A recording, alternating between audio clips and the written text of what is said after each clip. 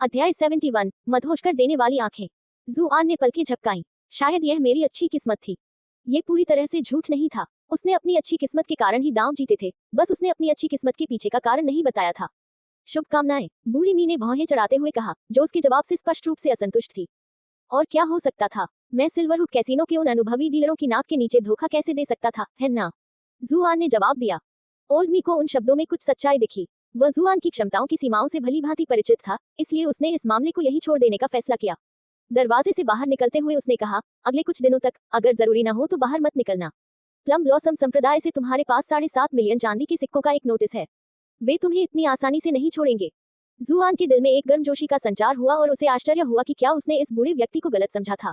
लगता है कि वह अब भी मेरी परवाह करता है, ये जानते हुए भी कि मैं बहुत अमीर हो गया हूँ। वह मेरी दौलत पर लालच नहीं कर रहा है। जुआन को इस बात का जरा भी अंदाजा नहीं था कि बूढ़े मी को उसकी दौलत पर लालच करने की कोई जरूरत नहीं थी।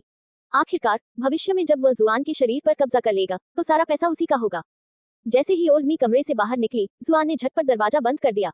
उसने दोबारा जांच की कि कमरे में कोई और नहीं है, फिर उसने अपनी स्नान की रस्म पूरी की।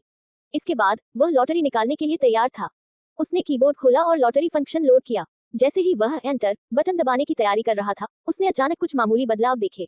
ध्यान से देखने पर उसकी नजर एक सूचना पर पड़ी।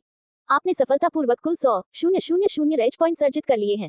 अब लॉटरी ड्रॉइंग के लिए लेटर कीज अनलॉक हो गई हैं। जुआन एक पल के लिए स्तब्ध रह गया, फिर उसका दिल खुशी से झूम उठा। क्या इसका मतलब ये था कि अब वह अक्षर कुंजियों से पुरस्कार जीत सकता था?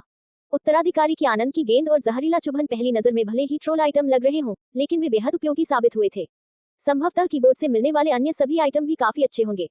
उसका दिल उम्मीदों से पूरी तरह भर गया था। उसने एंटर बटन दबा दिया। इसमें कोई हैरानी की बात नहीं थी कि उसका स्वागत संक्षिप्त शब्दों में खेलने के लिए धन्यवाद से हुआ, लेकिन इससे उसकी उत्तेजना में कोई कमी नहीं आई। उसने अपनी आंखों से कीबोर्ड पर अक्षर कुंजियों पर प्रकाश माकर को चलते हुए देखा था, जिससे ये साबित हो गया था कि यदि माकर उनमें से किसी एक पर रुकता है तो उसे एक अलग इनाम मिल सकता है। उन्होंने बिना किसी झिझक के एक और दौर शुरू कर दिया। खेलने के लिए धन्यवाद, खेलने के लिए धन्यवाद, खेलने के लिए धन्यवाद, कौमा, बधाई हो, आपने की फ्रूट जीत लिया है, कौमा, खेलने के लिए धन्यवाद, खेलने के लिए धन्यवाद, कौमा। कुछ समय बाद जुआन ने अपने पहले के निष्कर्ष की पुष्टि कर ली कि फ्रूट मिलने की संभावना लगभग 10 में से 1 थी। दुर्भाग्यवश पॉइजन बॉटल, फॉर्चून पिल और फेथ इन ब्रदर स्प्रिंग मिलने की संभावना अभी भी अनिश्चित थी। जैसे जैसे वह चित्र बनाता रहा, जुआन का उत्साह फीका पड़ने लगा। अब तक उसकी सारी सफलताएं केवल की फ्रूट से ही मिली थी। मेरे पास इतने रेज पॉइंट्स हैं कि मैं 602 बार लॉटरी जीत सकता हूँ। मैं इतना बदनसीब तो नहीं हो सकता कि मुझे कुछ भी नया न मिले, है ना? जैसे ही यह विचार मन में आया, उसने पास की लकड़ी की मेज पर जोर से हाथ पटका और इसे अपने दिमाग से निकाल दिया। आखिर मैं यहाँ क्या कर रहा हूँ? भगवान करे ऐसा न हो। मैं इस तरह से झंडे फहराकर खुद पर अपशकुन तो नहीं कर सकता। सौभाग्यवश लगभग 500वीं बार कार्ड निकालते समय लाइट मार्कर आखिरकार डी कुंजी पर रुक गया। क्या हो सकता है? जुआन का दिल जोर से धड़क रहा था। उसने जल्दी से उस वस्तु पर नजर डाली जो उसे मिली थी, और उसने देखा कि वह पतले पारदर्शी लेंसों की एक जोड़ी थी जो अजीब तरह से कॉन्टैक्ट लेंस जैसी दिखती थी। बधाई हो, आपने नॉक यू अप आइज जीत लिया है।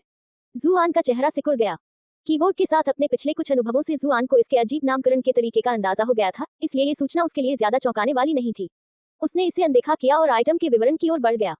नॉक यू अप आइज, यह आइटम अल्टीमेट इंसेमिनेशन डुओ के आधे हिस्से के रूप में प्रसिद्ध है। दूसरा आधा हिस्सा थाउजेंडली चेस्टटी रॉबिन कौशल है, जिसे केवल उसके उपनाम सोन से जाने जाने वाले एक विशेषज्ञ द्वारा इस्तेमाल किया जाता है। 1. कृत्रिम प्रभाव। इस वस्तु को पहनने पर आप यह चुन सकते हैं कि किसी लक्ष्य को देखने पर वस्तु का प्रभाव सक्रिय हो या नहीं। जब तक लक्ष्य आपसे दृष्टि संपर्क बनाए रखता है, उसे तुरंत 10 महीने के बच्चे को जन्म देने के बराबर दर्द का अनुभव होगा। ये प्रभाव लिंग या जाति के आधार पर भेदभाव नहीं करता है। इस वस्तु द्वारा उत्पन्न दर्द 1 घंटे तक बना रहेगा। उपयोग 3. जुआन की आंखों में गुस्से की काली लकीरें कौंध गईं। वह 1000 ली पवित्रता लूटने की कला हासिल करना ज्यादा पसंद करता। उसे पता नहीं था कि वह विशेषज्ञ कौन था, लेकिन वह निश्चित रूप से सम्मान के योग्य था। फिर भी ये नॉक यू अप आइज काफी बेकार लगता है। ये सिर्फ लक्षित व्यक्ति को दर्द का एहसास कराता है, बिना कोई वास्तविक नुकसान पहुंचाए। अगर व्यक्ति अवधि समाप्त होने पर ठीक हो जाए तो इसका क्या फायदा? सच कहूं तो किसी दोस्त के साथ शरारत करना किसी जादू टोने जैसा लगता है। जैसे जैसे वह और गहराई से सोचने लगा, उसे एहसास हुआ कि यह कौशल नाजुक क्षणों में चमत्कार कर सकता है। उसे अपने पिछले जीवन में पढ़े एक वैज्ञानिक अध्ययन की याद आई, जिसमें कहा गया था कि प्रसव के दौरान होने वाला दर्द किसी व्यक्ति द्वारा अनुभव किए जा सकने वाले दर्द का उच्चतम स्तर होता है। वैज्ञानिकों ने तब प्रसव पीड़ा का अनुकरण करने वाली एक मशीन विकसित की, और जिन पुरुषों को इसका सामना करना पड़ा, चाहे स्वेच्छा से, अपनी पत्नियों के प्रति प्रेम के कारण, या नैच्छिक रूप से किसी प्रकार के प्रतिशोध के रूप में, वे अंत में जमीन पर गिरकर कराहने लगे। वह निश्चित रूप से इस वस्तु का उपयोग युद्ध के महत्वपूर्ण क्षण में किसी शत्रु को निष्क्रिय करने और युद्ध का रुख मोड़ने के लिए कर सकता है। यह अफसोस की बात थी कि इस वस्तु का उपयोग केवल 3 बार किया जा सकता था, जिसका मतलब था कि वह इसका दुरुपयोग नहीं कर सकता था। वह ये भी सोच रहा था कि क्या यह उपकरण एक साथ कई लोगों पर काम कर सकता है। अगर वह कई लोगों को घूरते हुए इस उपकरण को सक्रिय करे, तो क्या वह उन सभी को एक साथ निष्क्रिय कर पाएगा? उसके दिमाग में तरह तरह के संभावित परिदृश्य उभर आए और वह पागलों की तरह हंसने लगा। जुआन ने अपना ध्यान फिर से लॉटरी निकालने पर लगाया, लेकिन लाइट मार्कर फिर कभी अक्षर कुंजियों पर नहीं रुका। कुल मिलाकर वह 58 की फ्रूट्स निकालने में कामयाब रहा। उसने उन्हें एक एक करके निगल लिया और अपने शरीर में प्रवाहित हो रही ऊर्जा के सुखदायक एहसास का आनंद लिया। उसकी मांसपेशियों में बनी दूसरी संरचना तेजी से सुनहरे पदार्थ से भरने लगी, लेकिन उसे पूरी तरह भरने के लिए पर्याप्त ऊर्जा नहीं थी। अंततः वह 2/3 ही भर पाई। फिबोनाची अनुक्रम के आधार पर इस दूसरी संरचना को भरने के लिए 89 की फलों की आवश्यकता थी। उसने इससे पहले ही थोड़ा भर लिया था और अभी अभी खाए गए 58 की फलों को मिलाकर उसे सफलता प्राप्त करने के लिए लगभग 20 और की फलों की आवश्यकता होगी। जुआन अपनी निराशा को रोक नहीं पाया। 60,000 क्रो धन अर्जित करना उसके लिए आसान नहीं था, और फिर भी इसे एक भी फॉर्मेशन पूरी तरह से भर नहीं पाई। इतना ही नहीं, जैसे जैसे वह आगे बढ़ता, शक्ति प्राप्त करना और भी कठिन होता जाता। हर एक फॉर्मेशन को भरने के लिए असंख्य क्रो धनको की आवश्यकता होगी। वह कल्पना भी नहीं कर सकता था कि उच्चतर साधना स्तरों तक पहुंचने में उसे कितना समय लगेगा। अपना ध्यान भटकाने के लिए उसने अपनी नई मिली ताकत को परखने के लिए अपने शरीर को फैलाया। फिलहाल उसके पास 200 वयस्क पुरुषों की संयुक्त ताकत के बराबर ताकत थी। उसे लगा कि वह सुपरह्यूमन बन रहा है, लेकिन फिर उसे याद आया कि उसकी पिछली दुनिया में कारों में सैकड़ों हॉर्स पावर होती थी।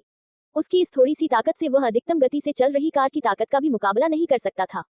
अब जब उसने अपनी शारीरिक क्षमता की तुलना कार से करना शुरू कर दिया था, तो उसे साधारण मनुष्य कहना असंभव था।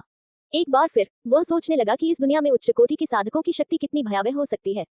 उन्हें इस बात का जरा भी अंदाजा नहीं था कि स्थिति को देखने का ये गलत तरीका था। उच्च श्रेणी के साधकों को अपने आसपास की कच्ची ऊर्जा का उपयोग करने की शक्ति प्राप्त हो जाती थी, इसलिए उनकी ताकत को मापने के लिए मानव शक्ति को माप की इकाई के रूप में उपयोग करना अब सटीक नहीं रह गया था। लॉटरी जीतने के बाद करने को कुछ और न होने पर जुआन ने देखने के लिए रिफ्लेक्शन रूम जाने का फैसला किया कि चेन शॉपिंग कैसा है। वह ये जानने के लिए उत्सुक था कि उसने और कितने लोगों को काम पर रखा है। जब वह अंततः चिंतन कक्ष के प्रवेश द्वार पर पहुंचा, तो उसने देखा कि चेन शॉपिंग दांत पीस रहा था और उसके हाथ में मौजूद ब्रश कागज पर तेजी से चल रहा था। वह कमरे के अंदर बिल्कुल अकेला था। जुआन ने एक पल के लिए उसे घूर कर देखा। यह आदमी पैसों का बिल्कुल दीवाना है। वह अपने काम में मदद के लिए किसी और को रखने के लिए भी कुछ पैसे खर्च करने को तैयार नहीं है, लेकिन चूंकि उसकी यही इच्छा है तो ठीक है। जुआन अपने सहपाठी को उसके काम पर छोड़कर अपने निवास स्थान पर लौट आया। वह सीधे अपने कमरे की ओर बढ़ा और जैसे ही अंदर जाने वाला था, तभी उसकी नजर लकड़ी के दरवाजे की कुंडी पर टूटे हुए बाल के एक टुकड़े पर पड़ी। वह वहीं जम गया। जब से उसे पता चला था कि चू एस्टेट में कोई उसे जान से मारना चाहता है, तब से वह सतर्क हो गया था। हर बार जब वह अपने कमरे से बाहर निकलता, तो वह एक छोटा सा यंत्र लगा देता जिससे उसे पता चल जाए कि कोई घुसपैठिया अंदर आ रहा है, और वह यंत्र स्पष्ट रूप से सक्रिय हो गया था। फिलहाल सवाल यह था कि क्या वह व्यक्ति जो चुपके से उसके कमरे में घुस गया था, अभी भी अंदर मौजूद है या नहीं। जुआन ने जहरीले कांटे को अपनी आस्तीनों में छिपा लिया, फिर सावधानी से दरवाजा खोला और अंदर चला गया। यह उसकी नई मिली ताकत को आजमाने का अच्छा मौका होगा। जैसे ही उसने अंदर कदम रखा, पीछे से हवा का एक तेज झोंका आया और अपने साथ एक काली आकृति को लेकर उसकी ओर तेजी से बढ़ा। जुआन पूरी तरह तैयार था और उसने तुरंत लुढ़क कर उस काली आकृति पर जहरीले कांटे से वार किया। काले वस्त्रधारी हत्यारी यह देखकर हैरान रह गई कि उसका प्रयास विफल हो गया था और उसका लक्ष्य उसकी अपेक्षा से कहीं अधिक तेज था। उससे बचने का उसका प्रयास बहुत धीमा था और खंजर सीधे उसके शरीर में जा लगा। इसके बावजूद जुआन संतुष्ट नहीं था। उसे लगा कि भले ही वार लगा तो था, लेकिन खंजर की नोक मांस को भेदने में नाकाम रही। काले वस्त्र पहने वह आकृति कई मीटर पीछे हटकर एक मेज पर दुबक गई थी। उसकी चीख से उसका आश्चर्य जाहिर हो रहा था। जुआन की तेज प्रतिक्रियाएं उसके फिजूल खर्ची वाले व्यक्तित्व से बिल्कुल मेल नहीं खाती थी, और उसने जो खंजर लहराया था वह इतना तेज था कि उसके की कवच को भेदकर उसके कपड़ों को चीर सकता था। अगर वह जरा सी भी धीमी होती तो उसके अप्रत्याशित हमले से घायल हो जाती। जुआन खुद अपनी भावी हत्यारी का आकलन कर रहा था। उसने काले कपड़े पहने थे और अपने बालों को सावधानी पूर्वक लपेटा हुआ था ताकि उसकी पहचान का कोई सुराग न मिले। फिर भी उसकी स्पष्ट और मधुर आवाज से वह समझ गया कि वह एक महिला है और संभवतः बेहद खूबसूरत है। उसकी आंखें घूंघट के नीचे अच्छी तरह से छिपी हुई थी, लेकिन वे उसे बहुत जानी पहचानी लग रही थी। उसके मन में एक विचार कौंधा और उसने सहज ही कहा, स्नो। काले वस्त्रों में लिपटी हत्यारी चौंक उठी। उसने धीरे धीरे अपना घूंघट हटाया। उसका चेहरा ठंडा था। क्या तुम सच में साधक हो? जुआन की शुरुआती प्रतिक्रिया किसी भी आम इंसान की तुलना में कहीं अधिक तेज थी। इसके जवाब में जुआन ने धीरे से हंसते हुए कहा, क्या तुम भी उनमें से एक नहीं हो? मैं हमेशा से तुम्हें निकम्मा समझता था, लेकिन पता चला कि तुम अब तक नाटक कर रहे थे। तुम्हारी क्या साजिश है? स्नो गुर्राया। जुआन ने गहरी सांस ली और उत्तर दिया, तुम्हारे जैसी शक्तिशाली साधिका चुकुल में एक साधारण नौकरानी की तरह सेवा कर रही हो। मुझे तो तुमसे पूछना चाहिए कि तुम क्या साजिश रच रही हो। छोड़ो इसे, इससे कोई फर्क नहीं पड़ता। वैसे भी आज रात तुम्हारी मौत होने वाली है। स्नो ने गुस्से से जवाब दिया। जुआन ने गुस्से से जवाब दिया, क्या तुम बड़ी दुष्ट हो? हमारे बीच मतभेद हो सकते हैं, लेकिन इससे ये तथ्य नहीं बदलता कि हमने एक रात एक साथ बिस्तर पर बिताई थी। जैसा कि कहावत है, एक जोड़े के रूप में बिताया एक दिन 100 दिनों की कृतज्ञता के बराबर होता है। चुप रहो, स्नो चीखी। आपने कियाओ जुयिंग को ट्रोल करके 444 रेज पॉइंट्स हासिल कर लिए हैं। यह मामला उसके लिए एक निरंतर कांटा बना हुआ था। हर रात वह सपने में देखती कि कैसे उसके पवित्र शरीर को उसके नीच हाथों ने अपवित्र कर दिया है, और घृणा से वह जाग उठती। पिछले कुछ दिनों में उससे हुई मौखिक बहस से प्रभावित होकर उसने जुआन की उकसाहट का सहज जवाब दिया। तुम तो बिल्कुल भी मर्द नहीं हो, ऐसे शब्द बोलने की हिम्मत तुम्हें कहाँ से मिलती है। उसका अपमान करते हुए उसने उसकी टांगों के बीच से तिरस्कार भरी नजर डाली, ये सुनिश्चित करते हुए कि वह उसके प्रति अपनी पूरी घृणा व्यक्त कर सके। उसे उम्मीद थी कि जुआन गुस्से से आग बबूला हो जाएगा या शर्म से चूर चूर हो जाएगा, लेकिन वह बिल्कुल भी विचलित नहीं हुआ। भले ही अंत में हमारा रिश्ता कायम नहीं हो पाया, लेकिन मुझे लगता है कि हमने जो कुछ साथ बिताया वह कम से कम आधे दिन के वैवाहिक जीवन के बराबर है। ये 50 दिनों की कृतज्ञता के बराबर है। आप इतने निर्दयी कैसे हो सकते हैं कि उस व्यक्ति की हत्या कर दें जिसके प्रति आप 50 दिनों के लिए कृतज्ञ हैं। ये क्या बकवास है। क्या ये कहावत सच में ऐसे ही काम करती है। 1 ली 500 मीटर के बराबर होता है, या लगभग 1 मील के 1/3 से थोड़ा कम। अध्याय 72। तुमने मेरे साथ क्या किया। स्नो को ऐसा लग रहा था जैसे वह पागल हो रही हो। पिछले जन्म में उसने जरूर कोई बड़ा पाप किया होगा, तभी उसे ऐसे आदमी से सामना करना पड़ रहा था। आज मैं तुम्हें जान से ही नहीं मारूंगी, बल्कि तुम्हारी जीभ काटकर कुत्तों को खिला दूंगी। आपने कियाओ जुयिंग को ट्रोल करके 500 रेज पॉइंट्स हासिल कर लिए हैं। जुआन अभी भी स्नो से और अधिक क्रोध अंक निकालने के लिए सही प्रतिक्रिया के बारे में सोच रहा था, लेकिन स्नो ने उसे कोई मौका नहीं दिया। वह दूसरे हमले के लिए तेजी से आगे बढ़ी। वह बहुत तेज है, ये समझते हुए कि वह समय रहते बच नहीं पाएगा, जुआन ने खुद को बचाने के लिए अपने शरीर की पूरी ताकत लगा दी। उसकी हथेली जुआन की उठी हुई मुट्ठी से टकराई। जुआन को ऐसा झटका लगा जैसे किसी तेज रफ्तार ट्रक ने उसे टक्कर मार दी हो, और वह उड़कर पीछे की दीवार से जा टकराया। टक्कर इतनी जोरदार थी कि उसके हाथ चकनाचूर हो गए। उसने जल्दी से उठने की कोशिश की, लेकिन दर्द असहनीय था। उसने खून की एक मोटी धारा उल्टी कर दी। इतनी पतली भुजाओं और पैरों में इतनी ताकत कैसे हो सकती है। स्नो भी उनकी बातचीत से उतनी ही हैरान थी। उसने अपनी हथेली पर बने लाल निशान को देखा और याद किया कि उसने उसके वार का जवाब देने के लिए कितनी ताकत लगाई थी। उसने हैरानी से कहा, तुम तो सच में तीसरे रैंक तक पहुंच गए हो। जुआन को ऐसा लगा जैसे उसके अंदरूनी अंग चकनाचूर हो गए हों, लेकिन उसने जबरदस्ती मुस्कुराते हुए कहा, क्या तुम्हें अभी अभी एहसास हुआ कि मेरी खूबसूरती के साथ साथ मैं साधना में भी असाधारण प्रतिभा रखता हूँ। क्या इसी वजह से तुम मुझसे बेहद प्यार करने लगी हो। गहरे प्यार में पड़ना। मुझे झूठ मत बोलो। आपने कियाओ जुयिंग को ट्रोल करके 211 रेज पॉइंट्स हासिल कर लिए हैं। उसका चेहरा और भी गुस्से से लाल हो गया, और वह तेजी से आगे बढ़ी और जुआन के पेट पर जोरदार लात मारी। वह पीछे की ओर लुढ़क गया और कुछ चक्कर लगाने के बाद आखिरकार रुक गया। अरे निकम्मे, तुमने आज मुझे बहुत गुस्सा दिलाया है। मैं तुम्हें आसानी से नहीं छोड़ूंगा। मैं ये सुनिश्चित करूंगा कि तुम इतना कष्ट सहो कि मरने की इच्छा करो। ये लड़की वाकई बदले की भावना रखना जानती है। जुआन ने चुपचाप उत्तराधिकारी की आनंद की गेंद निकाली और उसे सक्रिय करने की तैयारी की, लेकिन तभी उसे अचानक एक समस्या का एहसास हुआ और वह जम गया।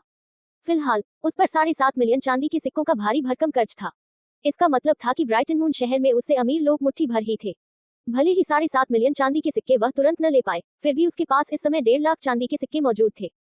उत्तराधिकारी के आनंदमय भोज के लिए एक सख्त शर्त थी, इसके प्रभाव को लागू करने के लिए दुश्मन का उससे अधिक धनी महिला होना आवश्यक था। स्नो जैसी नौकरानी मुझसे ज्यादा अमीर तो हो ही नहीं सकती, है ना। जुआन अब तक शांत इसलिए रह पाया था क्योंकि उसके पास एक तुरुप का पत्ता था। हेरेसी बॉल ऑफ डिलाइट्स और फीनिक्स निर्वाण सूत्र के संयोजन का उपयोग करके वह 5वें दर्जे के साधक के सामने भी डटा रहा। स्नो चाहे कितनी भी शक्तिशाली क्यों न हो, उसे पूरा विश्वास था कि वह प्रसिद्ध प्रतिभावान पे म्यानमान से अधिक दुर्जय नहीं हो सकती। उसने कभी कल्पना भी नहीं की थी कि उसकी नव प्राप्त दौलत ही उसके पतन का कारण बनेगी। पलक झपकते ही वह एक नाजुक स्थिति में फंस गया।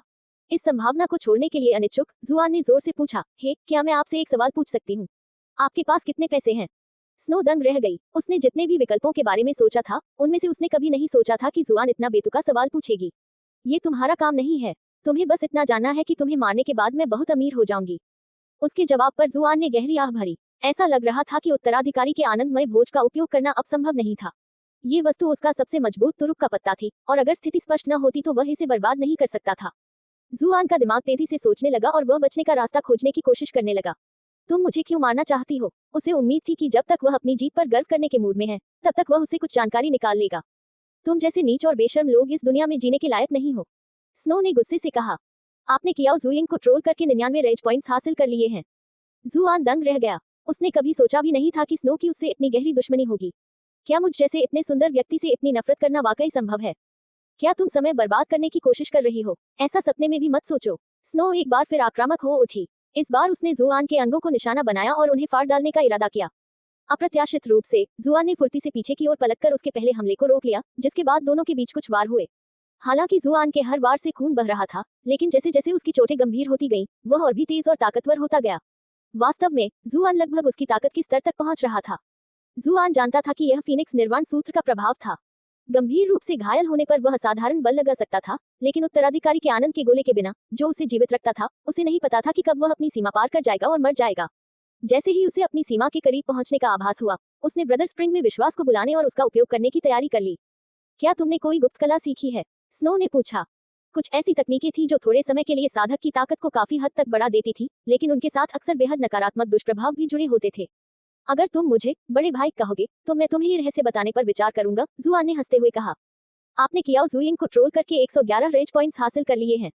तुम अपनी मौत को दावत दे रहे हो। स्नो के हाथ में अचानक एक चांदी की सुई प्रकट हुई, और पल भर में जुआन ने देखा कि सुइयों की बौछार उसकी ओर उड़ रही है। ये क्या बकवास है? एक छिपा हुआ हथियार। जुआन ने सुइयों से बचने की पूरी कोशिश की, लेकिन फिर भी कई सुइयां उसे लग गईं। उसके घावों से ताजा खून बहने लगा और उसके हाथ से खंजर छूट गया। वह जोरदार आवाज के साथ जमीन पर गिर गया। तुम्हारे पास ताकत तो है, लेकिन तुम्हें युद्ध कौशल का कुछ ज्ञान नहीं है। तुम तो बस एक मोटे सुअर हो जो वध के लिए तरस रहा है। स्नो ने ठंडे स्वर में उपहास किया। जुआन चुप रही। क्या सुइयों की वह बौछार युद्ध कौशल मानी जाती है? मैंने अभी तक ऐसा कुछ नहीं सीखा है, लेकिन अगर मैं ऐसे कौशल सीख सकूं, तो शायद मैं उतनी ही शारीरिक शक्ति से कहीं अधिक ताकत लगा सकूं। एक बेकार चीज हमेशा बेकार ही रहेगी। मुझे नहीं पता तुमने इसे कैसे उगाया, लेकिन अब सब यही खत्म होता है। स्नो के होठों पर एक ठंडी सी मुस्कान थी। कोई आखिरी शब्द? जुआन ने मुंह भरकर खून से सनी लार थूकी और हंसते हुए बोली, आज तुमने मुझे अपनी सुइयों से चुभोया। मैं भी एक दिन इसका बदला लेकर तुम्हें बुरी तरह से चुभो दूंगी।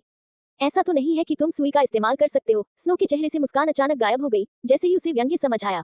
वह चुप हो गई, उसका चेहरा सर्दियों की तरह ठंडा पड़ गया। मुझे सच में नहीं पता कि मुझे तुमसे प्रभावित होना चाहिए या नहीं। अपनी आखिरी सांस लेते हुए भी तुम मुझसे फायदा उठाना चाहते हो। आपने कियाओ जुयिंग को ट्रोल करके 404 रेंज पॉइंट्स हासिल कर लिए हैं। जुआन ने अपने होंठ पोंछे, जिससे उसके गाल पर खून का निशान बन गया। उसने उसे अजीबोगरीब ढंग से देखा। तुम्हें कैसे पता कि मैं मर जाऊंगा? तो क्या तुम्हारे पास कोई और तुरुप का पत्ता है? उन्हें बाहर निकालो और मुझे प्रभावित करो। स्नो ने उपहास उड़ाते हुए कहा। मुझे बस डर है कि तुम इसे सहन नहीं कर पाओगी। जुआन के शरीर में लगभग कोई ताकत नहीं बची थी। उसे अपना संतुलन बनाए रखने के लिए दीवार का सहारा लेना पड़ा। क्या तुम पहले कभी गर्भवती हुई हो? स्नो की आंखें पहले तो अचरज से और फिर बेकाबू गुस्से से फटी रह गईं।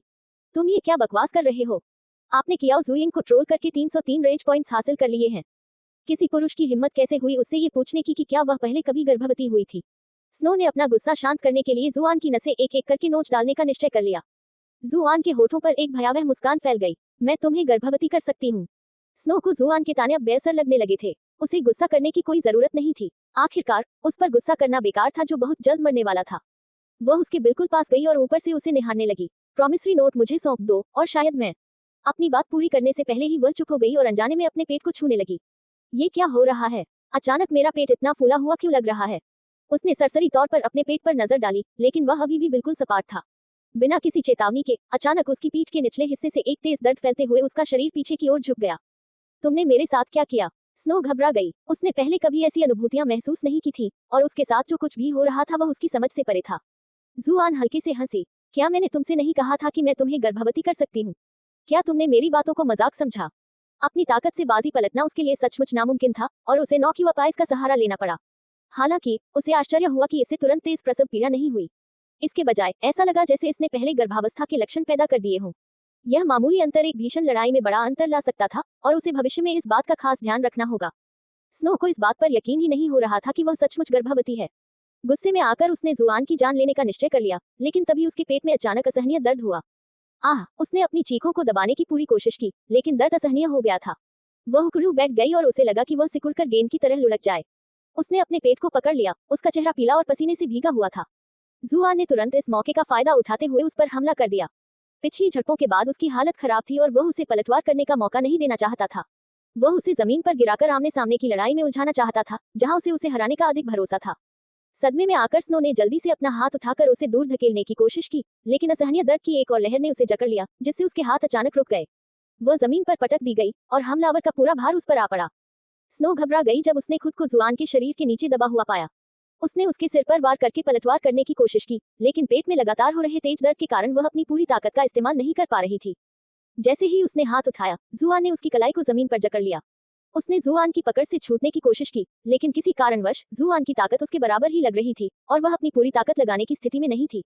उसकी असहज स्थिति के कारण हिलना डुलना मुश्किल हो रहा था, जिससे बचाव के उसके प्रयास और भी जटिल हो गए। अंततः उसके संघर्ष से जुआन को उसके शरीर का फायदा उठाने के और अधिक अवसर ही मिले। जुआन को यह मानना पड़ा कि स्नो के उग्र स्वभाव के बावजूद उसका शरीर आकर्षक था। पेई म्यांमान जितना सुडौल तो नहीं था, लेकिन उसका पतला और कोमल शरीर ताजगी और जवानी का एहसास कराता था। किसी न किसी तरह वह उसे तुरंत मारना बर्दाश्त नहीं कर सका। स्नो के गाल शर्म से लाल हो गए। तुमने मेरे साथ क्या किया? उसने पूछा। उसे एहसास हुआ कि उसके संघर्ष से जुआन को केवल आनंद मिल रहा है, इसलिए उसने हिलना डुलना पूरी तरह बंद कर दिया। जैसा कि मैंने तुम्हें बताया है, मैं तुम्हें गर्भावस्था का अनुभव करा रही हूँ। तुम मेरी बात पर विश्वास क्यों नहीं करती? स्नो को असहनीय दर्द से पूरी तरह बेबस देखकर जुआन सोचने लगी कि इस दर्द में कोई पुरुष कैसी प्रतिक्रिया देगा। तुम बेशर्म बदमाश। स्नो का गुस्सा अपमान से भरा हुआ था। उसे नॉक यू अप आइज के बारे में कोई जानकारी नहीं थी, इसलिए उसे लगा कि जुआन एक बार फिर उसका मजाक उड़ा रही है। आखिरकार इस दुनिया में गर्भवती होने का उसे केवल एक ही तरीका पता था। आपने कियाओ जुइंग को ट्रोल करके 798 रेज पॉइंट्स हासिल कर लिए हैं। तो मेरे लिए तुम्हें मारना ठीक लगता है, लेकिन बदला लेने की कोशिश करना मेरी बेशर्मी है। जुआन ने ठंडे लहजे में कहा। तुम्हें यहाँ किसने भेजा है? बोलो। स्नो ने अपना चेहरा एक तरफ घुमा लिया। उसने चुपचाप अपनी ऊर्जा को इकट्ठा करने और एक ही बार में बाजी पलटने की कोशिश की, लेकिन उसकी सारी ऊर्जा प्रसव पीड़ा की हर नई लहर के साथ कम होती चली गई। क्या हो रहा है? ये दर्द बार बार लौट आता है और अब तो और भी बढ़ता जा रहा है। खुद एक युवती होने के नाते स्नो के लिए ये जानना असंभव था कि यह एक अनूठी अनुभूति है जिसका अनुभव प्रसव के दौरान माताओं द्वारा किया जाता है। तुम बोलने से इनकार करते हो, तो लगता है मैं तुम्हारे कपड़े फाड़ दूंगी और तुम्हें ब्राइटन मून सिटी में सबके सामने घुमाऊंगी। जुआन ने कहा। तुम्हारी हिम्मत कैसे हुई? आपने कियाओ जुइंग को ट्रोल करके 444 रेज पॉइंट्स हासिल कर लिए हैं। अध्याय 73 अप्रत्याशित। जुआन के बारे में अपने अनुभव से वह जानती थी कि इस नीच और बेशर्म बदमाश के लिए अपनी धमकी को अंजाम देना पूरी तरह संभव था। उसे होने वाली घोर शर्मिंदगी के बारे में सोचकर ही वह घबरा गई। उसने बोलने के लिए अपना मुंह खोला, लेकिन प्रसव पीड़ा की एक नई लहर ने उसके शब्दों को दर्द भरी कराहों में बदल दिया। तुम्हें क्या लगता है कि मैं ऐसा करने की हिम्मत नहीं करूंगा? जुआन ने उसे धमकी दी। तो चलो कोशिश करते हैं। उसने उसका बाहरी वस्त्र फाड़ दिया। उसने पहले भी एक बार उसके कमरे की तलाशी ली थी, लेकिन उसे तरबूज के बीज और कुछ अन्य चीजें ही मिली थी। चू एस्टेट में कुछ समय बिताने के बाद उसे यकीन हो गया था कि चू चुगतियान, किनवानरू या चुचुयान उसकी जान के पीछे नहीं थे। इससे संकेत मिलता था कि स्नो के पीछे कोई और था। किसी अनजान दुश्मन की निगाहों में रहना बेहद खतरनाक था। उसे ये भी नहीं पता था कि किससे सावधान रहना है। वह आज ही इस साजिश के मास्टरमाइंड का पता लगाने के लिए दृढ़ संकल्पित था, वरना उसे चैन की नींद नहीं आती। स्नो के बाहरी वस्त्र को फाड़ने पर उसकी गोरी और पतली भुजाएं दिखाई दी। जुआन को भी मानना पड़ा कि उसका नाम उसकी सुंदरता के अनुरूप ही था। उसकी त्वचा सचमुच बर्फ जैसी गोरी थी। मैं तो पक्का मार डालूंगा। अयो, आपने कियाओ जुइंग को ट्रोल करके 998 रेज पॉइंट्स हासिल कर लिए हैं। क्या तुम अब भी बोलने से इनकार कर रही हो? मुझे तुम्हें बताना होगा कि मेरे पास उतारने के लिए ज्यादा कुछ बचा नहीं है। एक मिनट रुको, क्या तुम मुझे बहकाने के लिए जानबूझकर ऐसा कर रही हो? तुम्हें बहकाऊं? भाड़ में जाओ। आपने कियाओ जुइंग को ट्रोल करके 1024 रेज पॉइंट्स हासिल कर लिए हैं। स्नो अपना मानसिक संतुलन खोने की कगार पर थी। मानो उसके पेट से उठ रहा असहनीय दर्द ही काफी नहीं था, उसे उसके शब्दों की यातना भी सहनी पड़ रही थी। बस रुक जाओ, मैं ठीक हो जाऊं। मैं तुम्हारा मुंह जरूर नोच डालूंगा। अगर तुमने अब भी बात करने से इनकार किया, तो मैं तुम्हारे कपड़े फाड़ दूंगा। जुआन ने दोनों हाथों से उसका कॉलर पकड़ लिया, लेकिन उसने अपनी धमकी को अमल में लाने से पहले ही रुक गया। वह बस इतना चाहता था कि वह उस साजिशकर्ता का नाम बता दे जो उसे मारने की कोशिश कर रहा था। तुमने ही मुझे मजबूर किया। स्नो की आवाज बेहद ठंडी हो गई और उसकी आंखों में एक अजीब सी हरी चमक दिखाई देने लगी। जुआन के रोंगटे खड़े हो गए। बिना किसी झिझक के उसने ग्रैंडगेल को बुलाया और पल भर में 10 मीटर दूर कमरे से बाहर निकल गया, साथ ही एक प्रचंड हवा भी चलाई। उसी समय स्नो के बाल अचानक बढ़ने लगे, मानो कोई मुहर हट गई हो। बालों की लंटे लताओं की तरह जुआन की ओर तेजी से बढ़ने लगी। ये क्या हो रहा है? ये सब क्या है? जुआन भयभीत हो गया, मानो उसके सामने खड़ी महिला अचानक मेडुसा में बदल गई हो और उसे एक भयानक दबाव महसूस हुआ। उसके बालों की ताकत इतनी प्रबल थी कि वह दीवारों को भी भेद कर उनमें छेद कर सकती थी। अगर उसने ग्रैंडगेल को टेलीपोर्ट करने के लिए न बुलाया होता, तो वह वहीं पर पूरी तरह से नष्ट हो जाता। स्नो को उम्मीद नहीं थी कि जुआन इतनी जल्दी भाग निकलेगा। वह तेजी से उसके पीछे भागी। अरे निकम्मे, मैं तुझे टुकड़े टुकड़े कर दूंगी। अयो, स्नो दरवाजे पर गिर पड़ी, अपना पेट पकड़े हुए। आपने कियाओ जुइंग को ट्रोल करके 500 रेज पॉइंट्स हासिल कर लिए हैं। जुआन डर से कांप उठी। क्या ये औरत हद से ज्यादा डरावनी नहीं है? ये प्रसव पीड़ा सहकर भी मुझ पर हमला कर सकती है। अगर ये दोबारा मेरे पीछे आई तो मैं सचमुच खतरे में पड़ जाऊंगी। कुछ ही दूरी से गड़बड़ी की आवाजें आ रही थी। एस्टेट में किसी ने आखिरकार शोर को भांप लिया था और वह दौड़कर आ रहा था। स्नो के चेहरे पर पल भर के लिए दुविधा के भाव उभर आए। उस पर हमला करने के बजाय वह लड़खड़ाते हुए हवेली की दीवार की ओर बढ़ी। वहां पहुंचकर वह मुड़ी और जुआन को घृणा से घूरते हुए बोली, मैं वापस आऊंगी। फिर वह दीवार फांदकर रात के अंधेरे में गायब हो गई। स्नो के भाग निकलने के कुछ ही समय बाद एक आकृति उड़ती हुई आई। उसकी सफेद स्कर्ट परी की तरह लहरा रही थी, जैसे वह नीचे उतर रही हो चुचुयान। जुआन को खून से लथपथ देखकर वह दहशत से पीछे हट गई। क्या हुआ? तुम्हें क्या हुआ है? जुआन ने आखिरकार राहत की सांस ली। उसने उसे अपनी सबसे आकर्षक मुस्कान दिखाई और फिर उसकी ओर बेहोश हो गया। वह पहले से ही बुरी तरह घायल था, लेकिन फिर भी उसे ग्रैंडगेल को बुलाने और स्नो के अंतिम हमले से बचने के लिए अपनी सारी ऊर्जा खर्च करनी पड़ी। अब तक वह केवल अपनी इच्छा शक्ति के बल पर टिका हुआ था, लेकिन चू चुयान की उपस्थिति ने उसकी बची खुची हिम्मत भी तोड़ दी, जिससे वह वहीं बेहोश हो गया। जुआन के गले लगने पर चू चुयान की पहली प्रतिक्रिया उसे दूर धकेलने की थी, लेकिन उसकी चोटों की गंभीरता को देखते हुए वह हिचकिचाई, जिससे जुआन को उसकी बाहों में आराम से गिरने के लिए पर्याप्त समय मिल गया। उसने सोचा कि कैसे उस आदमी ने पहले भी इसी तरह के हथकंडे अपनाकर उसका फायदा उठाने की कोशिश की थी, और उसकी बाहों के बीच शिकन पड़ गई। अगर तुम इस बार भी मुझे धोखा देने की कोशिश करोगे तो। हालांकि जैसे ही उसने अपनी शक्ति से जुआन की हालत की जांच की, उसके मन से ये सारे विचार तुरंत गायब हो गए। उसे यह जानकर गहरा सदमा लगा कि जुआन की जान सचमुच खतरे में थी। अल्पविराम। जब जुआन को होश आया तो उसने खुद को एक पलंग पर लेटा हुआ पाया, जिसके चारों ओर लोग मौजूद थे। चू चुयान, चू जोगतियान, किन्वानरू और दूसरी और तीसरी शाखा के लोगों के अलावा बाकी सभी लोग भी उपस्थित थे। उनमें से अधिकांश लोग स्नो के बालों के झटकों से दीवार पर बने निशानों को देख रहे थे और आश्चर्य से अपनी जीभ चटका रहे थे। सौभाग्य से मैंने पॉइजनस प्रिक को कीबोर्ड में ही रखा, अगर उनमें से किसी को वह मिल जाता तो मुसीबत हो जाती। जुआन को एहसास हुआ कि उसके पूरे शरीर पर पट्टियां बंधी हुई हैं। ऐसा लगता है जैसे मुझे लगातार गंभीर चोटें लग रही हैं। ये निश्चित रूप से पहली बार नहीं था जब उसे इस तरह से पट्टियां बांधी गई थी। अचानक उसे महसूस हुआ कि एक गर्म रुमाल धीरे से उसके चेहरे पर थपथपा रहा है और उसका पसीना पोंछ रहा है।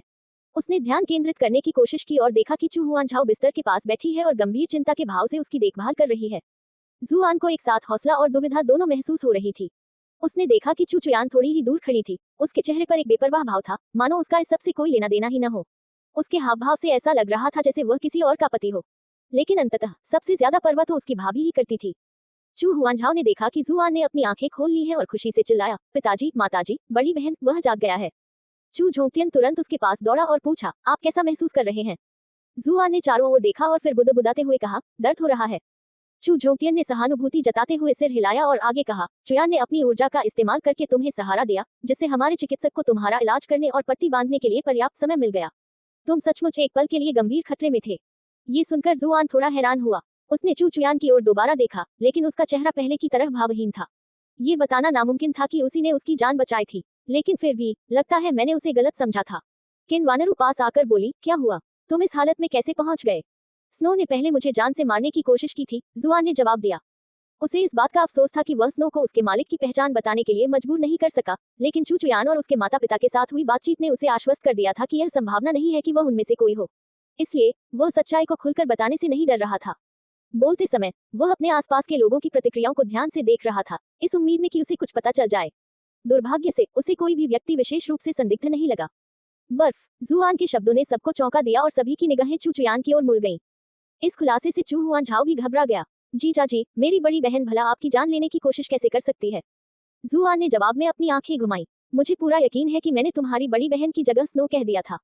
चू हुआनझाओ के पास कई जवाब सूझ रहे थे। स्नो मेरी बड़ी बहन की निजी नौकरानी है। अगर आप इस तरह से सीधे सीधे कहेंगी तो क्या सबको उस पर शक नहीं होगा?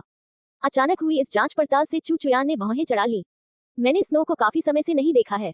पुरुषों, स्नो को यहाँ लाओ, चू झोंकटियन ने आदेश दिया। वह जुआन की कही बातों के आधार पर स्नो को दोषी नहीं ठहराने वाला था।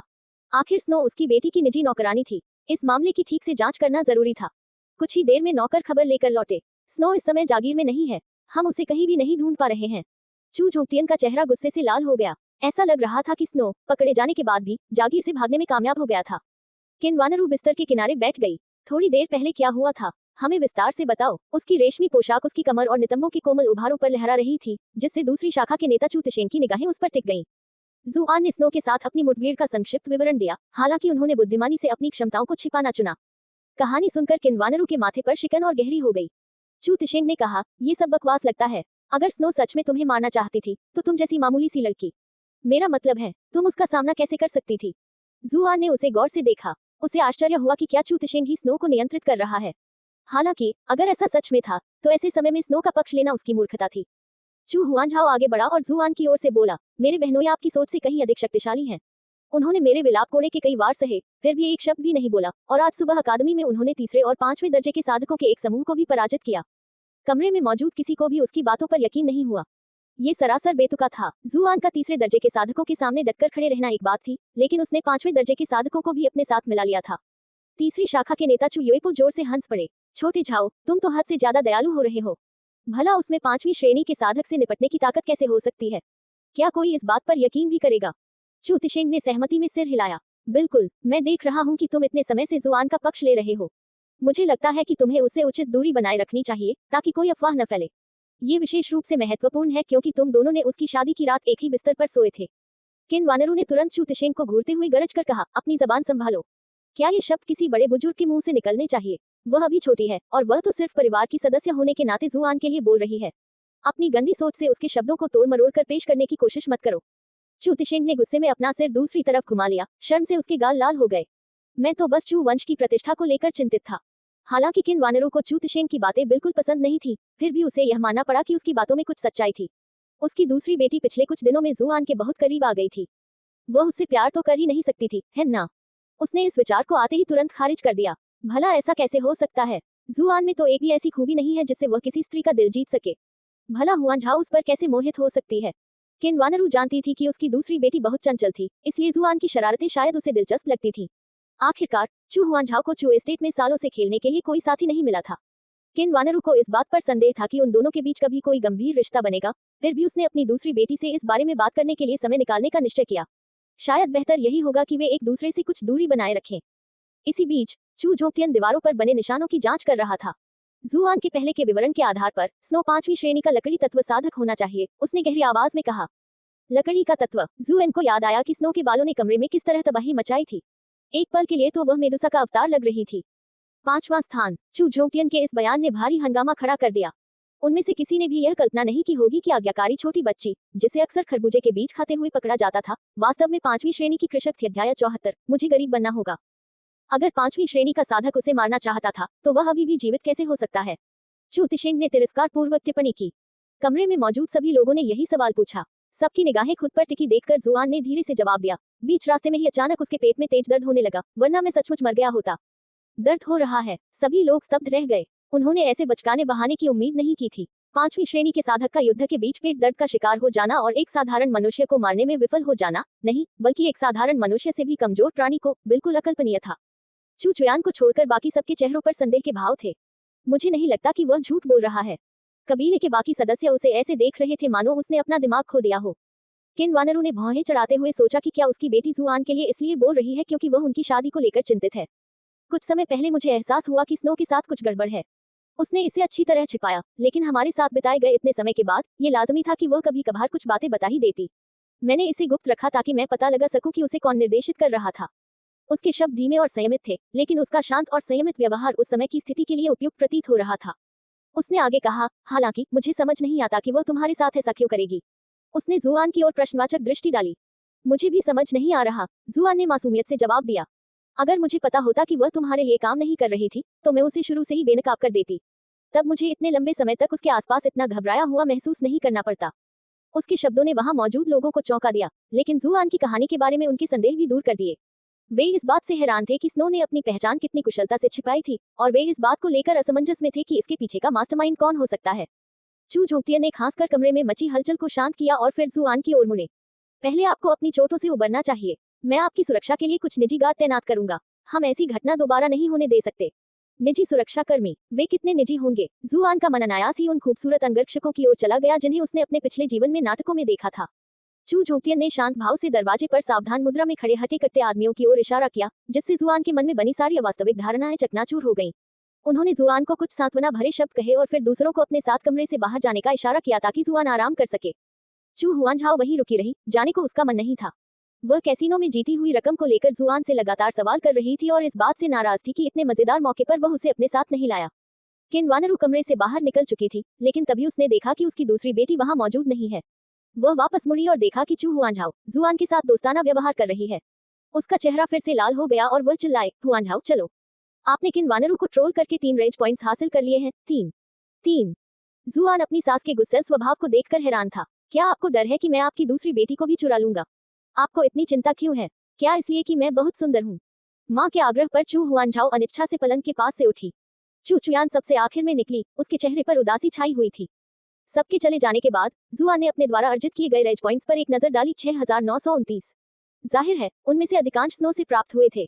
इस बार उसने लॉटरी निकालने में जल्दबाजी नहीं की। पिछले अनुभव के आधार पर वह जानता था कि इतने कम रेंज पॉइंट्स के साथ उसे कुछ भी अच्छा नहीं मिलेगा। बेहतर यही होगा कि वह और पॉइंट्स जमा कर ले, शायद इससे उसकी किस्मत भी सुधर जाए। खैर, पिछली बार जब उसने एक आइटम निकाला था तो इतनी जल्दी दूसरा आइटम निकालने का तो सवाल ही नहीं था। कम से कम उसके जुआरी वाले स्वभाव ने तो यही कहा था। ये सोचकर उसे बहुत पछतावा हुआ कि उसने इतनी जल्दी नॉक यू अप आइस का इस्तेमाल कर लिया। ये सब स्नो की गलती है। मुझे अगली बार उसे अच्छी तरह सबक सिखाना होगा। इससे उनके सामने एक और बेहद महत्वपूर्ण सवाल खड़ा हो गया, उनकी संपत्ति। इस समय वे अपनी सुरक्षा के लिए बहुत अधिक धनवान थे। 7.5 मिलियन चांदी के सिक्के कितने थे? पूरी दुनिया को भी ध्यान में रखें तो शायद मुट्ठी भर से भी कम लोग उससे अधिक धनी होंगे। जुआन को इस बात का पता नहीं था कि स्थिति इस तरह से क्यों उत्पन्न हुई। इसका एकमात्र कारण ये था कि सिल्वर हुक कैसीनो ने उसे लुभाने के लिए जानबूझकर सट्टेबाजी की सीमा हटा दी थी। यदि कोई अन्य ग्राहक होता तो कैसीनो उच्च भुगतान वाले परिणामों पर इतनी बड़ी शर्त लगाने से रोक देता। अंततः जुआन की फिजूल खर्ची वाली छवि उसके लिए फायदेमंद साबित हुई। कैसीनो ने सोचा कि वे उसका फायदा उठा सकते हैं, लेकिन इसके बजाय उन्होंने खुद को ही बर्बाद कर लिया। अब वर्तमान और जुआन की बात करते हैं। स्नो के साथ हुई पिछली लड़ाई ने कैसीनो में उसकी जीत के एक बड़े परिणाम को उजागर किया था। वह उत्तराधिकारी के आनंदमय बॉल का उपयोग नहीं कर सकता था। वारिस के आनंदमय भोज की एक शर्त ये थी कि उस पर हमला करने वाली महिला उससे अधिक धनी होनी चाहिए। अब जब उसके पास 7.5 मिलियन चांदी के सिक्कों का वचन पत्र था, तो इस शर्त को पूरा करने का कोई तरीका नहीं था। इस तुरुप के पत्ते का खो जाना घातक साबित हो सकता था। हालांकि पैसा उनके लिए महत्वपूर्ण था, लेकिन जीवन उनके लिए कहीं अधिक मूल्यवान था। यदि वह 7.5 मिलियन चांदी के सिक्के बुना पाता, तो वह अपनी सुरक्षा के लिए उच्च कोटि के विशेषज्ञों की एक टीम नियुक्त कर सकता था। दुर्भाग्यवश उसके पास केवल कागज पर लिखा एक वादा था, जिसने मामले को और भी जटिल बना दिया। उसे खुद को और गरीब बनाने का कोई न कोई तरीका सोचना ही था। हालांकि उसके लिए पूरे कर्ज की वसूली करना मुश्किल था, फिर भी नोट का अपना महत्व था। इसे यूं ही फेंक देना कोई विकल्प नहीं था, क्योंकि इसे प्लम ब्लॉसम संप्रदाय पर उसका भारी प्रभाव खत्म हो जाता। बेहतर यही होगा कि वो किसी तरह से कुछ हासिल कर ले। जुआन ने खूब दिमाग लगाया और नए नए आइडिया सोचने लगे। उन्होंने फिल्मों के किरदारों द्वारा पैसे बर्बाद करने के तरीकों के बारे में सोचा। उन्हें कई आइडिया आए, लेकिन उन्होंने एक एक करके उन्हें खारिज कर दिया। उनमें से अधिकतर आइडिया इस दुनिया में लागू करना नामुमकिन था। जब वह इस समस्या को लेकर परेशान था, तभी अचानक उस पर एक साया मंडराने लगा। उसके बिस्तर के पास एक कुबड़ा सा व्यक्ति प्रकट हुआ, जिससे उसे गहरा सदमा लगा। उसने सिर ऊपर उठाया, लेकिन वह बूढ़ी मी थी। बुजुर्ग, आप अचानक कहीं से प्रकट हो जाते हैं। किसी दिन तो मुझे सचमुच दिल का दौरा पड़ जाएगा। जुआन ने ये शब्द कहते हुए चुपके से दरवाजे की तरफ देखा। चू झोंगतियान को उसकी सुरक्षा के लिए कुछ गार्ड तैनात करने चाहिए थे। फिर भी उन्होंने ओल्ड मी को अंदर कैसे आने दिया? देखने की जरूरत नहीं है। उन बच्चों को मेरी मौजूदगी का जरा भी एहसास नहीं हो सकता, बूढ़े मी ने कहा। उनके चेहरे पर थोड़ी सी आत्मसंतुष्टि झलक रही थी। जुआन का चेहरा कड़वाहट से भर गया। लगता है चू एस्टेट में प्रतिभा की वाकई कमी है। मैंने उन्हें ये कहते सुना था कि उनके गार्डों का चयन बहुत सावधानी से किया जाता है और उन्हें प्रशिक्षित भी किया जाता है, लेकिन लगता है कि यह सब सिर्फ बातें ही थीं। जुआन की बड़बड़ाहट सुनकर बूढ़ी मी ने नाक सिकुड़ी। तुम्हें क्या पता? सिर्फ इसलिए कि वे मुझे रोक नहीं पा रहे हैं, इसका मतलब यह नहीं कि वे दूसरे घुसपैठियों के सामने बेबस हैं। वे गार्ड तो काफी अच्छे हैं। ब्राइटन मून शहर में तुम्हारी सुरक्षा के लिए वे काफी हैं। अगर स्नो वापस भी आ जाए, तो भी जब तक तुम उनकी सुरक्षा में हो, वो तुम्हें नुकसान नहीं पहुंचा पाएगी। कम से कम वे अतिरिक्त बल के आने तक समय तो दे ही देंगे। जुआन ने राहत की सांस ली। आखिरकार उसे शक्तिशाली समर्थकों का लाभ मिल सकता था। यही तो होना चाहिए था। एक शाही खानदान के युवा सरदार के रूप में मुझे अपने दुश्मनों से व्यक्तिगत रूप से निपटने की जरूरत नहीं होनी चाहिए। मेरे पास रक्षकों की एक ऐसी सेना होनी चाहिए जो मेरे रास्ते में आने वाले किसी भी व्यक्ति को कुचलने के लिए तैयार हो। मुझे उम्मीद नहीं थी कि मेरे जाने के तुरंत बाद कुछ हो जाएगा। तुम्हें आगे से ज्यादा सावधान रहना होगा। इधर उधर जाकर मुसीबत खड़ी मत करना, बूढ़े मी ने हिदायत दी। जुआन का दिल खुश हो गया। उसे पता ही नहीं था कि उर्मी उसकी सुरक्षा को लेकर इतनी चिंतित थी। आपकी चिंता के लिए धन्यवाद बड़े, मैं आगे से और सावधान रहूंगा। ओल्मी ने सिर हिलाकर जवाब दिया और जुआन की नब्ज जांचने के लिए उसके पास गई। तुम्हारी चोटें काफी गंभीर हैं, लेकिन सौभाग्य से तुम्हारा तुरंत इलाज हो गया और ऐसा लगता है कि कोई स्थायी क्षति नहीं हुई है। साथ ही ऐसा लगता है कि इस मुठभेड़ के कारण तुम्हारी साधना में भी काफी वृद्धि हुई है।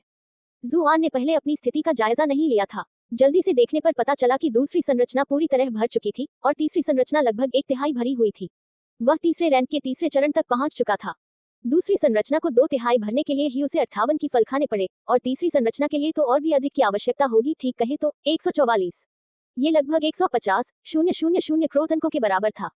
अब तक एक बार में उसने ज्यादा से ज्यादा 60,000 से 70,000 रेज पॉइंट्स ही कमाए थे, और वो भी तब जब उसके आसपास भीड़ मौजूद थी। ऐसे मौके बहुत कम मिलते थे और उसमें इतना आत्मविश्वास नहीं था कि वो अक्सर ऐसे मौके भुना सके। दूसरी ओर स्नो के साथ लड़ाई में लगी चोटों ने फीनिक्स निर्वाण सूत्र के प्रभाव से उसकी साधना को 80 की फ्रुट्स के बराबर बढ़ा दिया था, जो लगभग 80,000 रेज पॉइंट्स के बराबर था। यह उससे पहले किसी एक घटना में अर्जित किए गए कुल रेज पॉइंट से कहीं अधिक था। बेशक ऐसी स्थिति का फायदा उठाकर अपनी साधना को बढ़ाना 2 ऊंचे पहाड़ों के बीच रस्सी पर चलने जैसा था। ये बेहद खतरनाक था।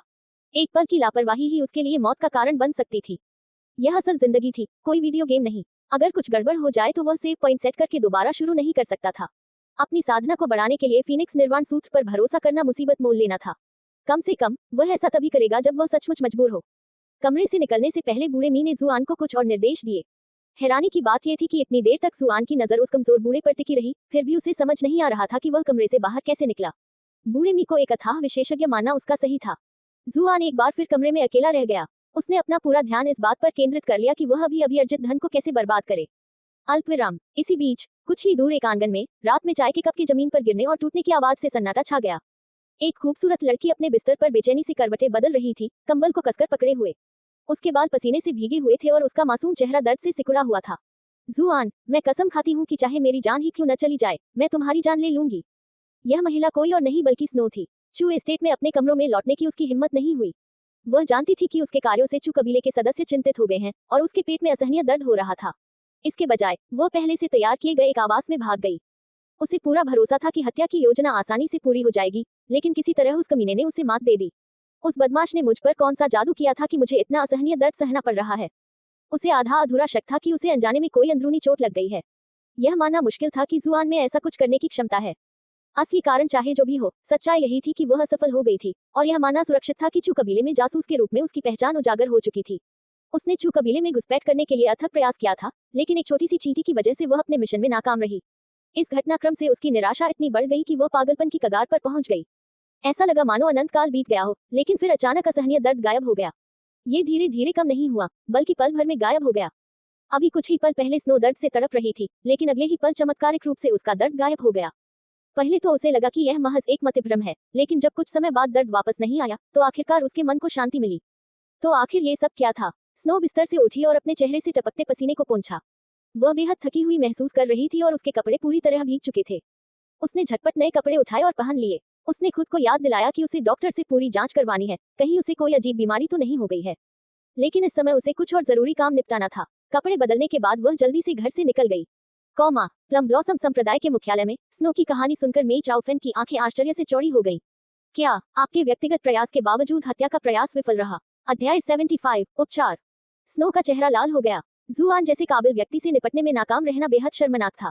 मुझे अभी भी ठीक से पता नहीं चला कि क्या हुआ, लेकिन अचानक मेरे पेट में असहनीय दर्द होने लगा। वह आदमी तो बस किस्मत वाला है कि उसे मेरी ऐसी हालत में मुलाकात हुई। ये शब्द कहते हुए उसे याद आया कि जुआन ने उसे पहली बार इस तरह से धोखा नहीं दिया था। हाँ, उस आदमी की किस्मत वाकई अजीब है, मेई चाओफेंग ने जवाब दिया। क्या कोई ऐसा व्यक्ति जिसने अपने कैसीनो से 2 राउंड में 7.5 मिलियन चांदी के सिक्के जीते हों, बदकिस्मत हो सकता है? महिलाओं पर सचमुच भरोसा नहीं किया जा सकता। स्नो ऐसे बर्ताव करती है जैसे दुनिया उसी की हो, लेकिन काम शुरू होते ही उसने सब कुछ बिगाड़ दिया। अगर मुझे पता होता कि वह इतनी अविश्वसनीय है, तो मैं 7.5 मिलियन चांदी के सिक्कों का वादा पत्र कभी नहीं लिखता। मेई चाओफेंग ने सबसे पहले नोट लिखने की सहमति इसलिए दी थी क्योंकि उसे विश्वास था कि स्नो आसानी से नोट वापस ले आएगी। भला किसे पता था कि स्नो अपने मिशन में नाकाम हो जाएगी और उसके लिए सफाई करने के लिए इतना बड़ा बदबूदार ढेर छोड़ जाएगी। मेई चाओफेंग की आंखों में एक घातक चमक कौंध गई। लगता है अब मुझे खुद ही कदम उठाना पड़ेगा। 7.5 मिलियन चांदी के सिक्कों का कर्ज उसके लिए एक अभिशाप था, जो हर हाल में उसका पीछा करता था, चाहे वह कुछ भी कर रहा हो। वह इससे उत्पन्न होने वाली जटिलताओं को लेकर लगातार चिंतित रहता था। अगर कर्ज जुआन के पास रहता तो स्थिति नियंत्रण में रहती, लेकिन अगर जुआन इसे किसी और को सौंप दे तो क्या होगा? स्नो ने तुरंत उसे सलाह दी, तुम्हें लापरवाही नहीं बरतनी चाहिए। हाल की घटनाओं के बाद चू कबीला निश्चित रूप से अपनी सुरक्षा बढ़ाएगा और जुआन की सुरक्षा के लिए कुछ निजी गार्ड तैनात करेगा। अगर तुम कोई कदम उठाते भी हो, तो सफलता की संभावना बहुत कम होगी। तो फिर मैं क्या करूं? मेई चाओफेंग झुंझला गई। चू कबीले को डराने के लिए अभी भी यही औरत जिम्मेदार थी। हम चू एस्टेट में उसे छू भी नहीं सकते, और अकादमी में तो और भी नामुमकिन है। असल में मुझे शक है कि प्लम ब्लॉसम 12 की मौत अकादमी की ही करतूत हो सकती है। उसे अचानक प्लम ब्लॉसम 13 की वह रिपोर्ट याद आ गई जिसमें लिखा था कि जुआन मंडप में शान लियू से सौहार्दपूर्ण ढंग से बातचीत कर रहा था। उसे यह आशंका सता रही थी कि उस मुलाकात के पीछे कुछ और भी था, खासकर हाल ही में हुई घटनाओं को देखते हुए। वह ये समझ नहीं पा रहा था कि जुआन जैसा तुच्छ व्यक्ति इतने प्रतिष्ठित लोगों की मदद कैसे हासिल कर सकता है। स्नो के गोरे चेहरे पर हल्की सी मुस्कान आ गई। चिंता मत करो, मैं जल्द ही कुछ इंतजाम कर दूंगी। उसे अकादमी से बाहर निकालने में हमें ज्यादा समय नहीं लगेगा। मेई चाओफेंग जानती थी कि स्नो को युवा स्वामी द्वारा ब्राइटन मून शहर भेजा गया एक विशेष दूत बनाया गया था, और आवश्यकता पड़ने पर उसके पास कई संसाधन उपलब्ध थे। उसे स्नो की बातों पर कोई संदेह नहीं था। अगर तुम उस बदमाश को अकादमी से निकलवा देते हो, तो मैं खुद उसकी मौत सुनिश्चित करने के लिए कदम उठाऊंगा। जो कुछ भी हुआ था, उसके बाद मेई चाओफेंग अब इस मामले को अपने अधीनस्थों को सौंपने की हिम्मत नहीं कर पा रहा था। आगे की गड़बड़ियों को रोकने के लिए उसे इस समस्या से खुद निपटना पड़ा। स्नो को उसकी घोषणा से राहत मिली। जब संप्रदाय प्रमुख मेई ने स्वयं कार्रवाई की है, तो उस आदमी के दिन अब गिने चुने हैं। उसे पूरा भरोसा था कि वह जुआन से अकेले ही निपट सकती है, लेकिन पहले हुए असहनीय पेट दर्द ने उसे बुरी तरह से डरा दिया था। वह ऐसा अनुभव दोबारा कभी नहीं झेलना चाहती थी। मेई चाओफेंग का इस मामले में व्यक्तिगत रूप से हस्तक्षेप करना उसके लिए सचमुच एक वरदान साबित हुआ। अल्पविराम। अगली सुबह जुआन की नींद खुली तो उसने देखा कि मुस्कुराता हुआ चेंग शॉपिंग उसके बिस्तर के ठीक बगल में खड़ा है। वह चौंक कर पीछे हट गया, फिर सावधानी से पूछा, तुम क्या कर रहे हो? युवा स्वामी, गुरुजी ने मुझे आपको सूचित करने के लिए कहा है कि आज आपको अकादमी जाने की आवश्यकता नहीं है। आप घर पर रहकर अपनी चोटों से उबर सकते हैं। चेंग शॉपिंग ने मुस्कुराते हुए और भी प्रसन्नता से कहा। जुआन ने सिर हिलाया और पूछा, क्या इसलिए तुम्हारे चेहरे पर वो मूर्खतापूर्ण भाव है? मैं तो छोटे मालिक की तरफ से बहुत खुश हूँ। लगता है मालिक और मालकिन आपको बहुत सम्मान देते हैं। उन्होंने आपकी सुरक्षा सुनिश्चित करने के लिए पेशेवर गार्ड भी भेजे हैं। ये तो ऐसा विशेष व्यवहार है जो छोटी मालकिन को भी नहीं मिलता। जैसे जैसे चुकुल में जुआन का महत्व बढ़ता गया, जुआन की अध्ययन सहपाठी चेंग शॉपिंग का भी अच्छा विकास होता चला गया। लगता है मेरा भविष्य उज्जवल है। मैं नौकरों में सबसे सम्मानित बनूंगी और नौकरानियां मेरा स्नेह पाने के लिए बेताब रहेंगी। यहाँ तक कि स्नो भी। स्नो के बारे में सोचते ही चेंग शॉपिंग की मुस्कान अचानक गायब हो गई। युवा मालिक, क्या सच में स्नो ने ही आपको कल रात घायल किया था? ये सोचना मुश्किल है कि इतनी प्यारी लड़की इतनी खूंखार भी हो सकती है। जुआन ने चिढ़कर चेंग शॉपिंग को घूरा और उसे फटकारा। क्या तुम्हें लगता है कि मैं तुमसे झूठ बोलूंगी? मेरे ससुर और मेरी पत्नी ने इस मामले की जांच कर ली है और उन्होंने निष्कर्ष निकाला है कि स्नो ने गुप्त इरादों से चू कबीले में घुसपैठ की है। वह किसी और के लिए काम कर रही है। ऐसा तो नहीं हो सकता कि तुम्हारा उससे कोई खास रिश्ता हो, है ना? चेंग शॉपिंग एकदम सख्त हो गया। उसने जल्दी से इनकार करते हुए हाथ हिलाए। नहीं नहीं नहीं, कृपया गलत न समझें। स्नो से मेरा कोई संबंध नहीं है। मुझे शुरू से ही पता था कि वह अच्छी इंसान नहीं है। प्रथम मालकिन की नौकरानी होने के बावजूद वह सच धज कर रहती थी और ऐसे नखरे करती थी जैसे वह जागीर की मालकिन हो। लगता है मैं सही था, वह वाकई एक जासूस थी। अगर भविष्य में मैं उसे कहीं सड़क पर देखूं, तो मैं उसे जरूर आपके सामने लाऊंगा ताकि आप उसे उचित दंड दे सकें। जुआन, चेंग शॉपिंग की सबसे अनुभवी ओपेरा गायकों से भी तेजी से अपना मिजाज बदलने की क्षमता देखकर हैरान रह गई। अगर तुम सच में स्नो से मिलो, तो उसे बस अपने बालों को हल्के से झटकना होगा और तुम उसके दीवाने हो जाओगे। छी, तुम तो बस बकवास कर रहे हो। अहम अहम। बाहर से हल्की खांसी की आवाज आई। जुआन ने सिर उठाया और दरवाजे पर चुचुयान को देखकर उसके चेहरे पर मुस्कान आ गई। मेरी पत्नी मुझसे सबसे ज्यादा प्यार करती है। पूरे घर में सबसे पहले वही मुझसे मिलने आती है। चेंग शॉपिंग की आंखों में आक्रोश और आहत भाव थे। क्या मैं तुम्हारे लिए इंसान नहीं हूँ?